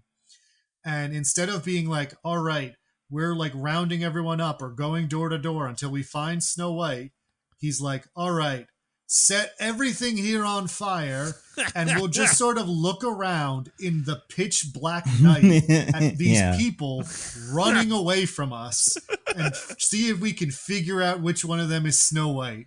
I'm telling you, the brother's a moron. Like the sister would have killed him 5 times if she could see. It's like, oh, so you had her in the palm of your hand, and then you scared Chris Hemsworth away with your dumb blustering, and then you just did the most inefficient village raid ever to find someone. You fucking idiot. I'm gonna suck your soul. Oh, wait, you're too fucking ugly. No, yeah, too ugly. Out of here. Oh, yeah, with that bullet cut? You. No way. Yeah. Also, I do want to point out that brother, who has done a fight or two by this point, doesn't use a sword. He uses like a stick, and like a little cane, right? Like, do you think they wouldn't give him a real big sword? They were like, you get it the cane until you learn, some sense, or you cut your fingers off, buddy. So no. Yeah, that's almost certainly the case because he bungles it once again. He never even gets close to Snow White. Oh, William, the Duke's son, has found out that Snow White is alive because of the old man. Right. Who, even though we didn't see him, apparently stuck around for like a few scenes before he left because he knows all the Snow White stuff. Yeah. Yeah, he had to give Snow White exposition. So William has infiltrated the brothers' group and is like pretending to be an evil man hunting Snow White, but is really just looking for her. But they don't meet yet. Instead, Chris Hemsworth comes back and saves Snow White, and the two of them run off while all the women take boats right out of the movie. Yep. Bye. So they're running away. The next morning, they get caught in a trap, which turns out to have been laid by some dwarves. Can anyone tell me the number of dwarves they get captured by? Oh, God. Is it that one that matters? It's impossible to know. How many... what number of dwarves, guys? Come on, tell me. Oh God, this I don't want to keep this bit going. Is it 7? Oh my God, is it 7? No, it's 8, idiot. Oh, whoops. Wait, is it 8? It's 8. Wow. Oh, I didn't pay attention.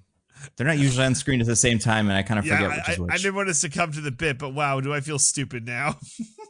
All right, so let's name the actors that we can kind of remember. Ian the McShane. main dwarf. Ian McShane seems to be in charge of these guys. Nick Frost, right? We said him. Nick Frost is in Nick there. Frost. Yep. Bob Hoskins. Toby Is Huss, he the that guy who's in stuff? Yeah, for Arnim Zola, right? The dinosaur auction guy. Who's the other one that's with him who's in stuff? Because I don't know. Once we get past Bob Hoskins, Nick Frost, and Toby Huss, besides Ian McShane, I'm lost on the other 4. Give me some names. I imagine you have the page open, or I'm opening it now. Oh, okay. Yeah, I'll look it up. Is it 8 because one dies and then it's 7? Is that? Yes. Oh, yeah. Ray Winstone is one of them. Yes, he is, and that one was tricky. I said Toby Huss, which I believe is the guy who made Homestuck. This is Toby Jones, or sorry, no, the guy who made Homestuck is Andrew Hussey. Who is Toby Huss? Why did I say Toby Huss? He's a really famous porn star who only does the weirdest porn, actually. So that's what you just outed yourself, Diggins. Oh, Diggins. Whatever you, the audience, are thinking it was, that's what it is. So, yeah. Toby Huss portrayed Artie, the strongest man in the world, in The Adventures of Pete and Pete. Okay. Anyway, so Ray Winstone, Toby Jones, Eddie Marson, Johnny Eddie Harris, Marson. and Brian Gleason. Yeah, Eddie Marson is a guy we would recognize from. He's like in The World's End. He's one of those, and I assume he probably came with Nick Frost in the Edgar Wright pack. Yeah. That Nick Frost got him in, because I think he's in the other ones too. But this guy does like 15 movies a year. He was also in Fast and Furious Presents Hobbs and Shaw. I'm trying to think of what we'd recognize him the most for. Oh, you know what? He's the headmaster in the school at Deadpool.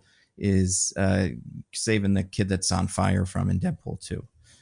Okay. But yeah, that guy. He's a memorable face. The rest of them, who are the other one? Face on a dwarf. Is Brian Gleason one of the Gleason children? What? How many red-haired Gleasons can there possibly be? Oh yeah, I think he is. Oh, is he? He is. Yeah, Domhnall Gleeson is his brother. Brendan Gleeson is his father. And is he the hunky dwarf or the cute one who tries to dance with her? I'm guessing. Yeah, based off his age. Yeah, because that's something that I thought. Right? I believe so. Yeah. Yeah. Not to spoil the movie, guys. Well, there's your 7, right? There's your 7. Yeah. That's why it's 8. Now, were they mapped to any specific like adjectives? I kind of missed this if it happened, but was there like a happy one and one sneezing? I think that would have gotten them too close to copyright. Yeah. I mean, they say hi ho. That blew my mind that they said that. I mean, there's no way that's like copywritten, right? That's just you can't copyright a dwarf saying hi ho. They put two O's or like 5 O's in it. It's like hi ho. Yeah, that's true. We got around. Don't you say that? Fucks. Disney, he used the right amount of O's. If you turn on the subtitles, that's what. Don't sue this podcast. Yeah, don't come at you. They love it. But you don't come at. Especially after all those nice things we said about the weird looking Lilo and Stitch movie. I think they're gonna let this one slide. Like super understanding about Definitely. Yeah. By the way, apparently Matt Berry is somewhere in this movie, but God help me if I know where. Get out. Is he like the voice of the big stag or something? It says he plays a character named Percy. Percy Jackson. Is he one of the people in that one village that she goes to where people like has like kind of CGI people? The first village she stops in, maybe? I don't know. Yeah, I'm trying to find it online now. It's hard to find. But it's worth it. Anyway, so the dwarves don't like Chris Hemsworth because he owes them money or something. Yeah, he's got enemies in all the wrong places. They never really get into it. So they're like, we're going to kill Chris Hemsworth. But Snow White is like, no, I'm the daughter of the king and you can't kill me. And they're like, daughter of the king? We're like huge royalists. We love the king. Yeah. So then the brother is like hot on their tail. So the dwarves cut him down and bring him with them to a secret little like glade where there's all magic and fairies and stuff. And they like take him in and they're like, we used to be cool and good. And there used to be more dwarves. But ever since the queen took over and the land went bad, things have sucked. But if the true royal blood was on the throne again and the divine right of kings was in its proper place, then the land would become good again and everything would be cool for us. Hi-ho! Correct. And Correct. You're like, is this a metaphor? Like, you're just saying like she would do good things and like that would make things better for all the people? And they're like, no, literally your good blood would make it so that the land would automatically become better. Hi-ho. Yeah. Also, the fairies in this look fucking weird. I hate them so much. Absolutely horrible. Little terrible naked men who climb out of birds. Yeah, little yassified golems that are like 2 inches tall. And it seems like the first time they crawl out of the birds, they're like birthed from the birds. Other times they kind of seem to ride the things, but that first time I'm like, what the fuck is this? It's bad. That shit was bad, dude. That shit was bad. Yeah. The dwarves play some music and Gus dances with Snow White. And you're like, no, buddy, you know she's just humoring you. They're in love. That's But when Snow White wakes up, some fairies are like, come with us, please. And then we get to a section of the movie I call Princess Mononoke. Yeah.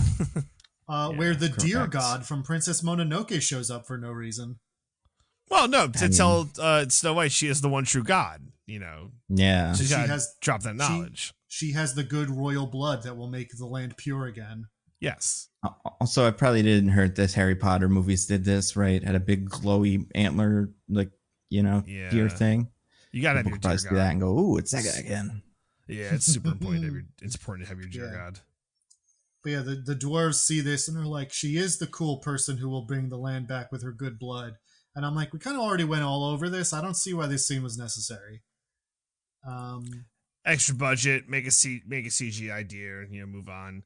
We get to see it burst into right. Doesn't it like burst into like 1,000 butterflies or some shit? Yeah, because the brother shows up and like he has a guy shoot an arrow into the deer god's body. Right. And the deer god's like, I'm out of here, peace, and turns into a bunch of butterflies or whatever. Yeah. And then there's another fight scene that is boring. The only thing important that happens is Gus gets an arrow shot in him protecting Snow White before Chris Hemsworth shows up and saves her. So Gus dies and all the dwarves and Snow Whites are sad. But also, they kill all of the brother's men, including the brother himself. The queen writhes on the floor in agony way back in her castle while her brother's dying because she's using magic to stop him from dying. But he can't stop being stabbed. So eventually she has to give up because she's becoming old and ugly. So she stops healing him with magic and he dies for real. Yep. But also, don't we learn at one point that like Snow White heals people, right? That comes up. I don't think so. No? She doesn't. I don't think she ever heals anybody. So I don't think she does, but I do think at one point one of the guys says she does. Yeah, I think a dwarf is like she has the because of her royal blood and goodness. It's like she has the blood magic. I think and I was like, oh, is she gonna heal him that time? Like she can heal us as a people. Right, or like the forest with her goodness. Yeah. Also, William is there now, and he's like, "It's me, Snow White," and she's like, oh, "Hooray, William!" And so they're all almost to the Duke's castle. They're all heading that way. Also, the dwarf dying gave me the love triangle that everybody hated from the Hobbit energy. Yeah, that's a good call. That's a good point. Well, that only opened up the new love triangle of like, hey, now we got the other two hunky boys, so now we're in more of a Twilight-esque love triangle. Which is great. For approximately 5 minutes of the movie, they're like Chris Hemsworth and William, both hunky boys that Kristen Stewart could kiss. What will happen? And they have in the extended version, they have a nighttime conversation about how they both think she's super hot. Yeah. Well, really, it's about how good her blood is, but that's the implication. But you'd be crazy not to tap that, son. Anyway, the next day, Snow White wakes up and William is there, and he's like, Snow White, we've had such a special bond since we were kids. I love you. And they kiss. And then she's like, hey, remember when you bit an apple in front of me and then left it somewhere? What if I go to do that right now? So she goes and just bites an apple. Or she steals an apple from him and bites it. But the apple turns into an awful rotten apple. And it's poison. And this was the queen the whole time. I just have a quick... This one I had sexy apple biting. So I don't... She says like, hey, remember that trick I could do with an apple? And then she like bites it. And I'm like, wait, what was the trick? Maybe we didn't get to see it because she starts like writhing on the ground immediately. But like, I wanted to know what the trick was. It's going to make it into a bong. Fucking strange. That cool. must have been it. She was going to hollow it out, yeah. I actually have my own little thing for this, though. So I just want to point out everything but the washing machine, because Snow White's stepmother, the evil queen, does make out with her while disguised as William. Oh, yeah. Oh, yeah. I didn't think about that. Damn. Yeah, me neither. Well, we know where Diggins' head is at. Good for you, man. Well, I had just watched an episode of Joey, DJ. What do you want from me? Oh, God. It's like I do it in reverse. Yeah, watch Joey last. Listen, at least they're not related by, like we were saying, royal important blood. They're just, step that's people, why that's why it's everything but the washing machine. Yeah, it's pretty cool. But yeah, so Snow White is dying, and the queen's like, ha ha ha, I did it. Mine is an evil laugh. And she goes away. Also, she looks old and ugly now because she did so much magic. Like in the original. But she just teleports back to her castle, and the Huntsman and William are like, no, Snow White, we love you. And William kisses her, and a tear rolls down her cheek, but she's still dead. And everyone's sad. So they go back to the Duke's castle, and they're like, we found Snow White, but she's dead. And everyone's sad. But then while she's like laid out in mourning or whatever, like her body, the Huntsman comes and is like, you remind me of my dead wife, and then kisses her. And this time a second tear rolls down her cheek, and she does come back to life. Wow. What and why the fuck was this? This is insane. This is fucking insane. Because of true love. One more. Do you need? So she's like, oh, the Huntsman, that's the one who will wake me. I think William. I think the tears mean she needed both. Oh, threesome. Yep, they're actually going to start a polycule. Yeah, after the events of this movie. Okay, she's got her prince consort and her concubine. Okay, right, because you need the royalty to make the people happy. Yeah, but William needs to be the prince consort because he's of the nobility, so he can be married to her, and like their children can inherit. But she's also going to have her concubine, the Huntsman, because she's the queen and she's allowed to do that. Yeah, that's true girl boss. Yeah, yeah. Well, good. Yep, so she's alive. She walks out and everyone's like, hooray, Snow White is alive. The good royal blood still exists. And they're like, she's like, she gives a speech that sucks. It really sucks. It's way too long, and it has the energy of like, I know what Shakespeare sounds like. I'm going to do a Shakespeare, you guys. And it just does not go. Yeah, it's certainly no St. Crispin's Day speech. but that's what I think it thinks it is, you know?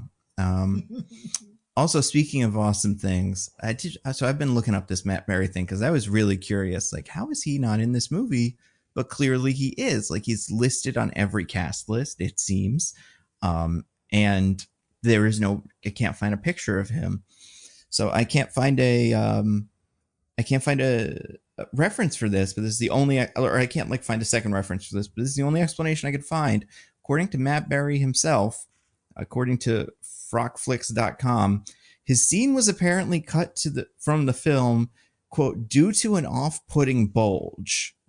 Don't know whose bulge, if it was his, it was somebody else's, but yeah, apparently he was in the movie until some bulge thing happened, and then they got rid of him. So okay, all right. If you're a Matt Berry fan, don't get too excited. Otherwise, you won't be in the movie either. But also, he wasn't. Yeah, so. I was gonna say. That's it seems like out. The reference to this is some sort of podcast interview. But yeah, bummer. I wouldn't have been very good on it, but you know, it could have helped. Maybe that's why the pacing gets really weird 40 minutes in, is because there's a guy with an off-putting bulge-shaped hole missing in this movie. Figured it out. Maybe putting Matt Berry back in would fix the whole movie. Release the Berry bulge cut or whatever. I'll give no bad ideas on that one, Diggins. No bad ideas. What studio made this? Is it one of the ones we can bully? Or is it one of the ones that's been closed due to incompetence? Okay. Yeah. All the people might be gone. I think we can bully Universal. I think you can do it. Is it Universal? I don't know. It's hard to tell. I'm looking at the poster. Distributed by Universal, yeah. Okay. Yeah. Cowards. Cowards, all of them. All of them. The world is ready for Matt Berry's dick. I know. I mean, like, yeah, if it's like it'd be such a selling point of it now. You know, it would be like a cult classic because that one scene where Matt Berry has a distracting bulge or is near a distracting bulge. And I mean, look at Labyrinth, a movie where 90% of this, well, I'll be nicer. I'll say 60% of the selling point is David Bowie's enormous package. Yeah, or look at that one scene in Wolf Schoolboy or whatever, where that guy's dick is out, and that's like a fun little thing we all remember, right? You know, you could do that here. Put yourself in film history. But they just had there's always time in a sequel. Yeah, it's true. But anyway, yeah. So she gives her terrible speech, and everyone's motivated because the script says they have to be. Yeah. So they all storm the Queen's castle, and they have a big fight scene that sucks, like all the others. Yep. And it's the last back fifth of the movie. It's like a good 25 minutes, and it's very, so very bad. long. It's very, very bad. Cannot overemphasize how dog shit it is. I was really struggling to pay attention. Yeah. Well, and it looks like that scene from like honestly, especially her armor. It looks a lot like that first big fight scene in the second Thor movie where they're just fighting on some kind of nondescript, old-timey looking planet. I think it's Vanaheim or whatever, but like it's just super generic. And I even think then this felt generic, but looking back, it feels extra generic. But at least we get, some cool bits where the armor. Yeah, it looks so similar to what Sif wears in those Thor movies. The dwarves go into poo though and talk about their own poos, so that's fun. Oh, remember that? Oh yeah, they're all like, "This is one of my poos." Which means this wasn't clear when I saw it the first time. It's the whole movie. Snow White smells like shit. Like, cause she escapes through that gutter early. Yeah. Nando, you should assume in medieval times that everyone except the most like noble characters who can afford to take a bath ever, a big milk bath. Shit. Yeah, so that's why if it was just water, you'd be like, it's probably gross water. But with milk, it's like it's right out of a cow. That's clean. Yeah. But yeah, so they storm it. There's a big fight scene. Snow White makes it into the like throne room or the magic mirror room with the queen. She summons a bunch of glass men to fight everyone else. And the two of them fight for a while. The queen is young again because, I don't know, did she suck Snow White's soul when she killed her? I don't know. The movie demanded it. Yeah, I can't remember why. I think, I don't know.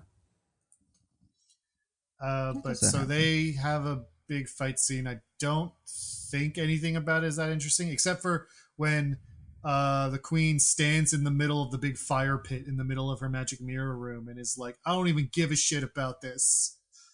I'll let myself burn just so I can kill you, because once I eat your heart, I'll live forever, bitch. Yeah, I'm that much of a fucking heel. Good play. Almost worked. And she almost does it. She starts doing the Temple of Doom move on Snow White. She has her hands over her heart and is like saying the stuff, but Snow White stabs her in the gut, in the heart, the way that Chris Hemsworth taught her to way earlier in the movie. Yeah, Chekhov's gun. Right. And you knew the second that Chris Hemsworth did it, you're like, oh, that's going to come back. And it turns out the reason why the fairest of all could kill her is because it just works when she does it for no reason. Mm-hmm. Yeah. It's not interesting at all. Nah. I looked it up. The queen consumed like 20 women before this starts. There's one scene where she's just walking through a big floor, like her big room with a mirror in it, and there's just a lot of women laying down. And she's looking mighty young. So, yeah. That's cool. Good for Great her. for her. Yeah. But yeah, so that's pretty much the end of the movie. Everybody celebrates. She gets crowned queen. She's sitting on her throne. We pull out. The camera like pulls out of the throne room. The doors close and credits roll, baby. We did it. Good job, Diggins. Proud of you. Yeah. You did a great job. I liked the Joey episode. It was pretty good. I think I like that better. Yeah. Having to hear this movie, I'm like, oh, this really did suck way more than I thought. I mean, you heard how much we talked about the Queen at the start and how little we talked about her after Chris Hemsworth showed up. That's really hurt my feelings on this movie vis-a-vis when it's good and when it's not. Yeah, it's tough because there's just not a lot to do. Like, there's just not a lot, you know. I don't think it's what's her name's fault, Kristen Stewart's fault. I don't think anybody can make this work, and I'm sure, you know, there's a version of this movie with like, you know, I don't know, Natalie Portman or something. I still think it's boring, and I don't think it's Chris Hemsworth's fault either. It's just like we've seen so many versions of all of these characters before that. Yeah, I don't know. And it's not really like an interesting twist on the original like fairy tale. Yeah, like it's just kind of darker, but the actual pattern of the story is the same. Evil queen, the stepdaughter is really nice. Like there's no change to that other than making it more dark and twisted. Yeah, and despite like I mostly agree with Dickens' assessment of Charlize Theron like being quite good in the first 40 minutes, but outside of that, there's no other performance that holds up this movie. It's pretty flat otherwise. There's one we're missing that maybe would have saved it, but couldn't do it. You're right. That's a real shame. Also, we'll never know. We don't live in that reality. Maybe Matt Berry would have been in every scene that didn't have the queen, just in the background, sort of like walking about town, and you see his flipping and flopping, flipping and flopping around. It's moving about. He's clearly going commando. Every scene sick, has one bit where he just takes a jaunty walk on through, and you get to see it, and it would have made the movie way better.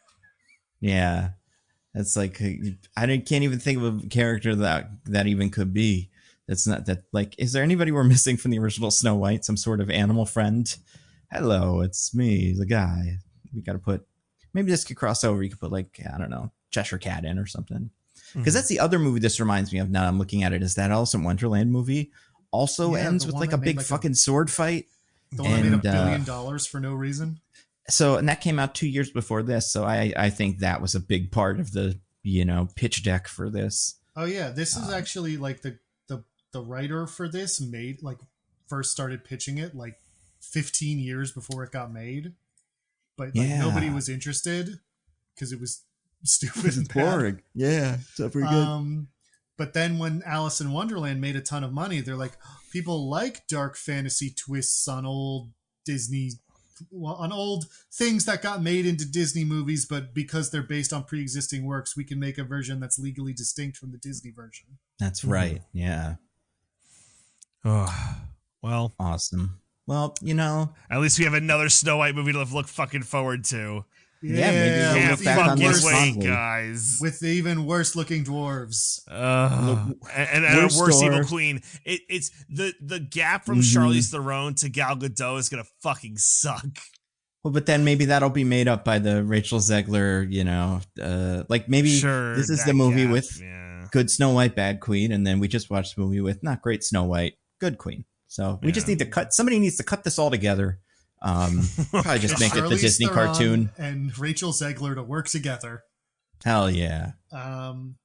I do feel so like reviews have started to drop for that Snow White movie, and like most of them talk about how bad Gal Gadot is. Yeah, and I saw that. The idea that Gal Gadot is so bad that nobody brings up the nightmare fuel that is looking at those dwarves is terrifying. I love that so much. Yeah, that's fucking awesome. That's pretty cool. I think it's funny. I feel like it's one of those movies where, like, if you're making it, there's got to be a point where you go, like, fuck. Every review is going to say it's fair if it's not very good, right? And they all do. Every single review is like a fair Snow White movie, you know? It's like when your movie's about a guy that does explosions, and it's like all the bad reviews are going to say the word bomb in it somewhere, and it's going to be really annoying. So, you know, what can you do? But yeah, the reviews for that are pretty middling. Reviews for this were probably also pretty not great, though. Did not review great, no. Yeah, but got the kids out, and that's all that matters. Wow, incredible. I think we'll ever do the second one? Probably not. No, fuck it, no. Maybe. Maybe if I win the March Madness bracket, I'll make us do it. This is a fucking troll. You could convince me Chris Hemsworth could get better over time at being a fun actor. Jessica Chastain getting added to this, I think, could make me more interested in it. And then who's the other queen? I can't remember, but the other queen is also kind of an actor that I don't hate. So I don't know. I could see it working. Also, I think they get a different director. Maybe this is one of those things where, like, you look back and it's like, took them 2 to get it right, but the second one's actually pretty good. Yeah. So let's see what people say. I mean, the fact that no one's ever brought it up probably isn't a great sign, but you know, I kind of hated this so much that I'm not inclined. But yeah, we'll see. Yeah. Oh, the other one is was Emily Blunt. So okay. Yeah, that's great stuff. But yeah. So do you guys want to get to our classic segment? Yeah, I would love. Let's do it. Let's recommend some things to some fine people. DJ, do you have anything to recommend to the fine people? Fuck no. Oh no. I got one. I gotta go. I gotta do the thing where I recommend either food or board games. Everyone's favorite game I've played recently that I don't think I've ever brought up. It's from Letter Games. So they've developed Root. It's probably like their most popular game they've developed. Oath. They're the one where you're in a not a castle, but like a haunted mansion. Vast. That's the other one. So this one's called Ahoy, and this one is like a pirate based game. So it's again because it's a leader game. It's completely asynchronous. So you play one of 3 different factions. You basically either play pirate faction that makes a lot of guys, but is slow building. Pirate faction that is quick and nimble, so like hits in and gets out, or you could play the scoundrel where you trade between the factions, and like you're playing your own game. And it's like it's not a singular map. It's played by tiles, so it's like a tile exploration game. So it's like the idea you're exploring a sea, so you're a ship and then you go into an empty space, you discovered a new part of the ocean, and you're kind of building the map as you go along, and then once the map is built, you're kind of like warring it out. It's probably one of the simpler leader games, like probably not as simple as Fort, which is their deck builder, but in terms of a war style territory dominance game, it's probably on the simpler side, just because like Root is so fucking chunky. But I think this distills it, and it's like a quicker play, and the box is very small. It's like a little square. It's like this big. Ooh. And yeah, I think it's like a good way to get into like one of their like style games, because like Root at this point is like such a behemoth. And I'm looking, this game's like is like $30, right? Or like 40 from their website. And so again, that's, I mean, results may vary, but I don't think that's like a terrible price point. I also think it's one of their games that plays better with 2 players. Like they say Root could play with like 2 people, but I don't like it a lot. Also, one of the things that Leader Games does is awesome is a lot of their games they've made the tabletop simulator mods for. So if you have tabletop simulator, you can play it on that, and it like gives you like a pretty good facsimile of what the game would play like. So then if you're like more inclined to get the plastic and cardboard, so yeah, that's just like a good like I think that's like a good game to look into if you're kind of like looking for something a little off the beaten path. And yeah, I'm very excited for the Severance finale, and I need to catch up on Daredevil, and I'm so excited for The Bachelor to be over. I think I'm gonna watch Temptation Island. I've heard that show is fucking crazy. I don't know if you've heard of Temptation Island, Nando, but I mean, Netflix has like rebooted it. Somewhat aware of it. Yeah, it's a new. I remember the old Temptation Island from like the mid 2000s. Yes, this is like a resurrection of that, but on Netflix now.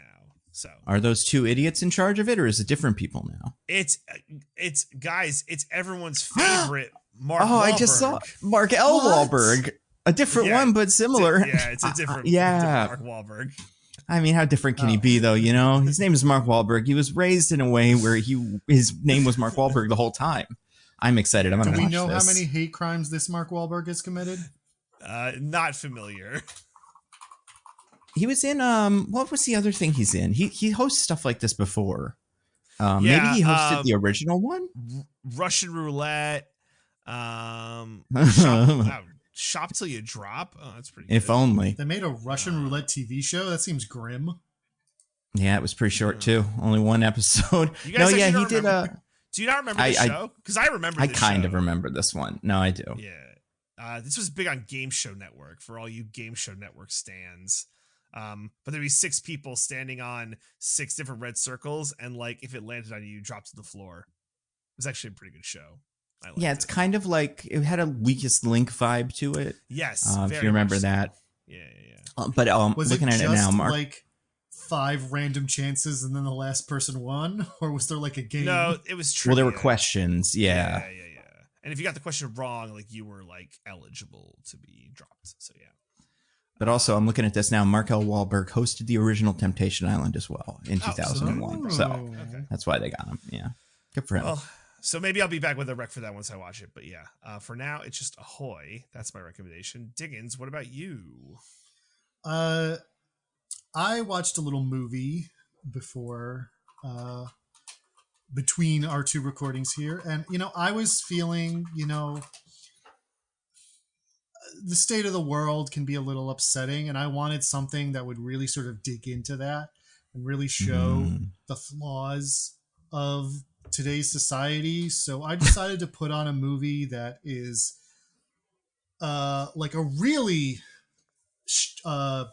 strident warning against the dangers of AI and like how it sort of takes away artists' jobs and replaces like creative expression with just slop, and sort of also touches on themes of like police corruption and how they care more about, the power of the job and like exercising its perks than any actual commitment to justice or like helping people. Just like it really holds up an ugly mirror to some of the worst aspects of society. What's it gonna be? I'm so excited to find out.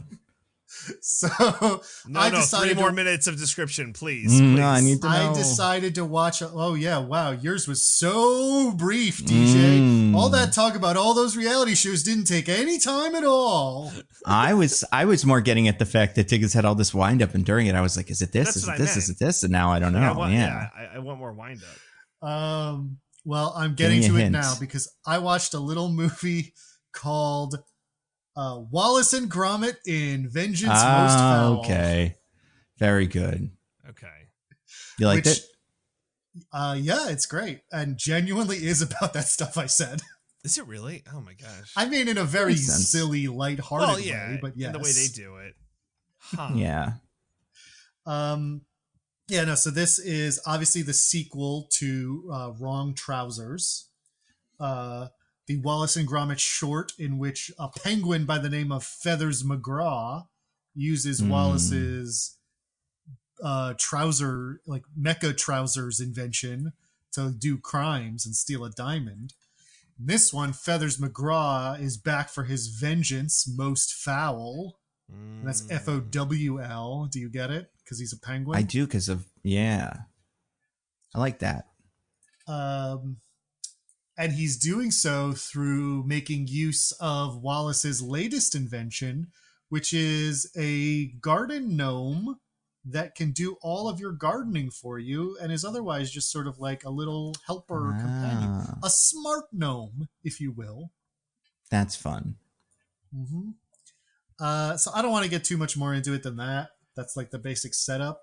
But yeah, I mean, if you've ever watched any Aardman films, like stuff, especially their Wallace and Gromit stuff, it's gorgeous stop motion animation. Clearly, like a lot of love and care and attention goes into making it.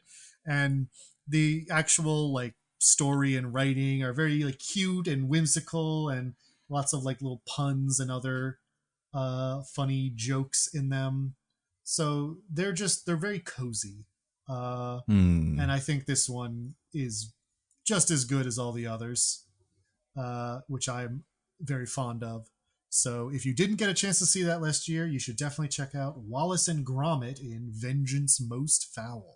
It's on Netflix, so it's easy to Love find. It. Oh, very good. Love that. What about you, Nando? Anything to rec? What else did I watch this week? I watched Electric State again. Really love it. I think it's very good because it's also says a lot about modern times. And it has Mr. Peanut in it. Yeah. I'd say I watched two things that are, I mean, the phones are drugs and also school, you know, so there's a lot to say about that. And also war, you know, so, and also Jesus Christ. It's everything. But, excuse me, the Holy Ghost. But, I want to say two things very specific. And like, I think people can find them, but like, if you're like, I don't like that, then you're probably not going to like this, but I do think these two are fun. First one, I want to recommend a podcast, breaking the one rule. But it is a podcast that I'm only recommending one episode of, even though I enjoy the podcast generally. It is not the most recent episode of when we're recording this, but the one before that of the Lonely Island podcast, where the members of the Lonely Island and Seth Meyers each go through one by one all of their songs or bits that they did in the various episodes of the show, and talking about like how they were made and what they thought worked, what they didn't, because a lot of them are bad, especially in the early ones. So like those are extra fun. But this week specifically, they did the sketch Ross Trent. You guys remember that? I don't think so. It's like a Rastafarian guy who like is white. And that's like the bit is he's like that guy at college who like gets really into Rastafarianism. Yeah, exactly. Well, I mean, yeah, it's what Adrian Brody wishes he was. But this is like a very specific kind of guy who's like, you know, a Rastafarian, you know, first year college student. And it was really interesting because it's just a good Lonely Island bit. If you've never seen it, it's fun, like 2-minute long, it's like a little sketch. But also you learn while listening to them talk about it, Andy and Jorma specifically, or Andy and Akiva. Jorma doesn't show up until the very end. That like they're apparently really into Rastafarian music and like dancehall music and stuff. So there's lots and lots of like it feels like it's got a lot of history and stuff that if you're a real like person who is into that, you know, culture, you'd find it way more interesting. And then it also talks about like how they constructed that sketch and jokes that they didn't put in. I always find that really interesting.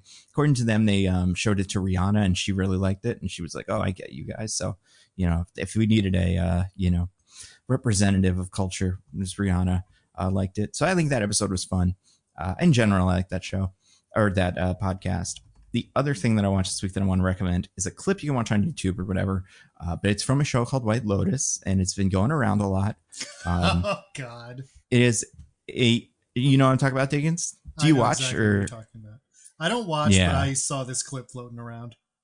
Yeah, this managed to break through. So I will say, for people that watch White Lotus, just watch the new episode of White Lotus. People that don't watch White Lotus and never will, then look up at the clip from White Lotus that everybody's watching this week. Walton Goggins is in it. That's probably enough. It's just this really funny monologue. It's like weird. And besides the, obviously the other star who's doing an incredible job, it's some of the funniest reaction acting in terms of Wally Goggins just taking this little speech in. And yeah, I hope they win an Emmy for this scene, which I think is quite possible, for like a guest starring role. And I thought it was a real treat. So I think overall that show's been okay this season. Like I think there's other shows like Invincible wrapped up this week and I thought it was great. Severance is going to wrap up tomorrow. We'll see how that one goes.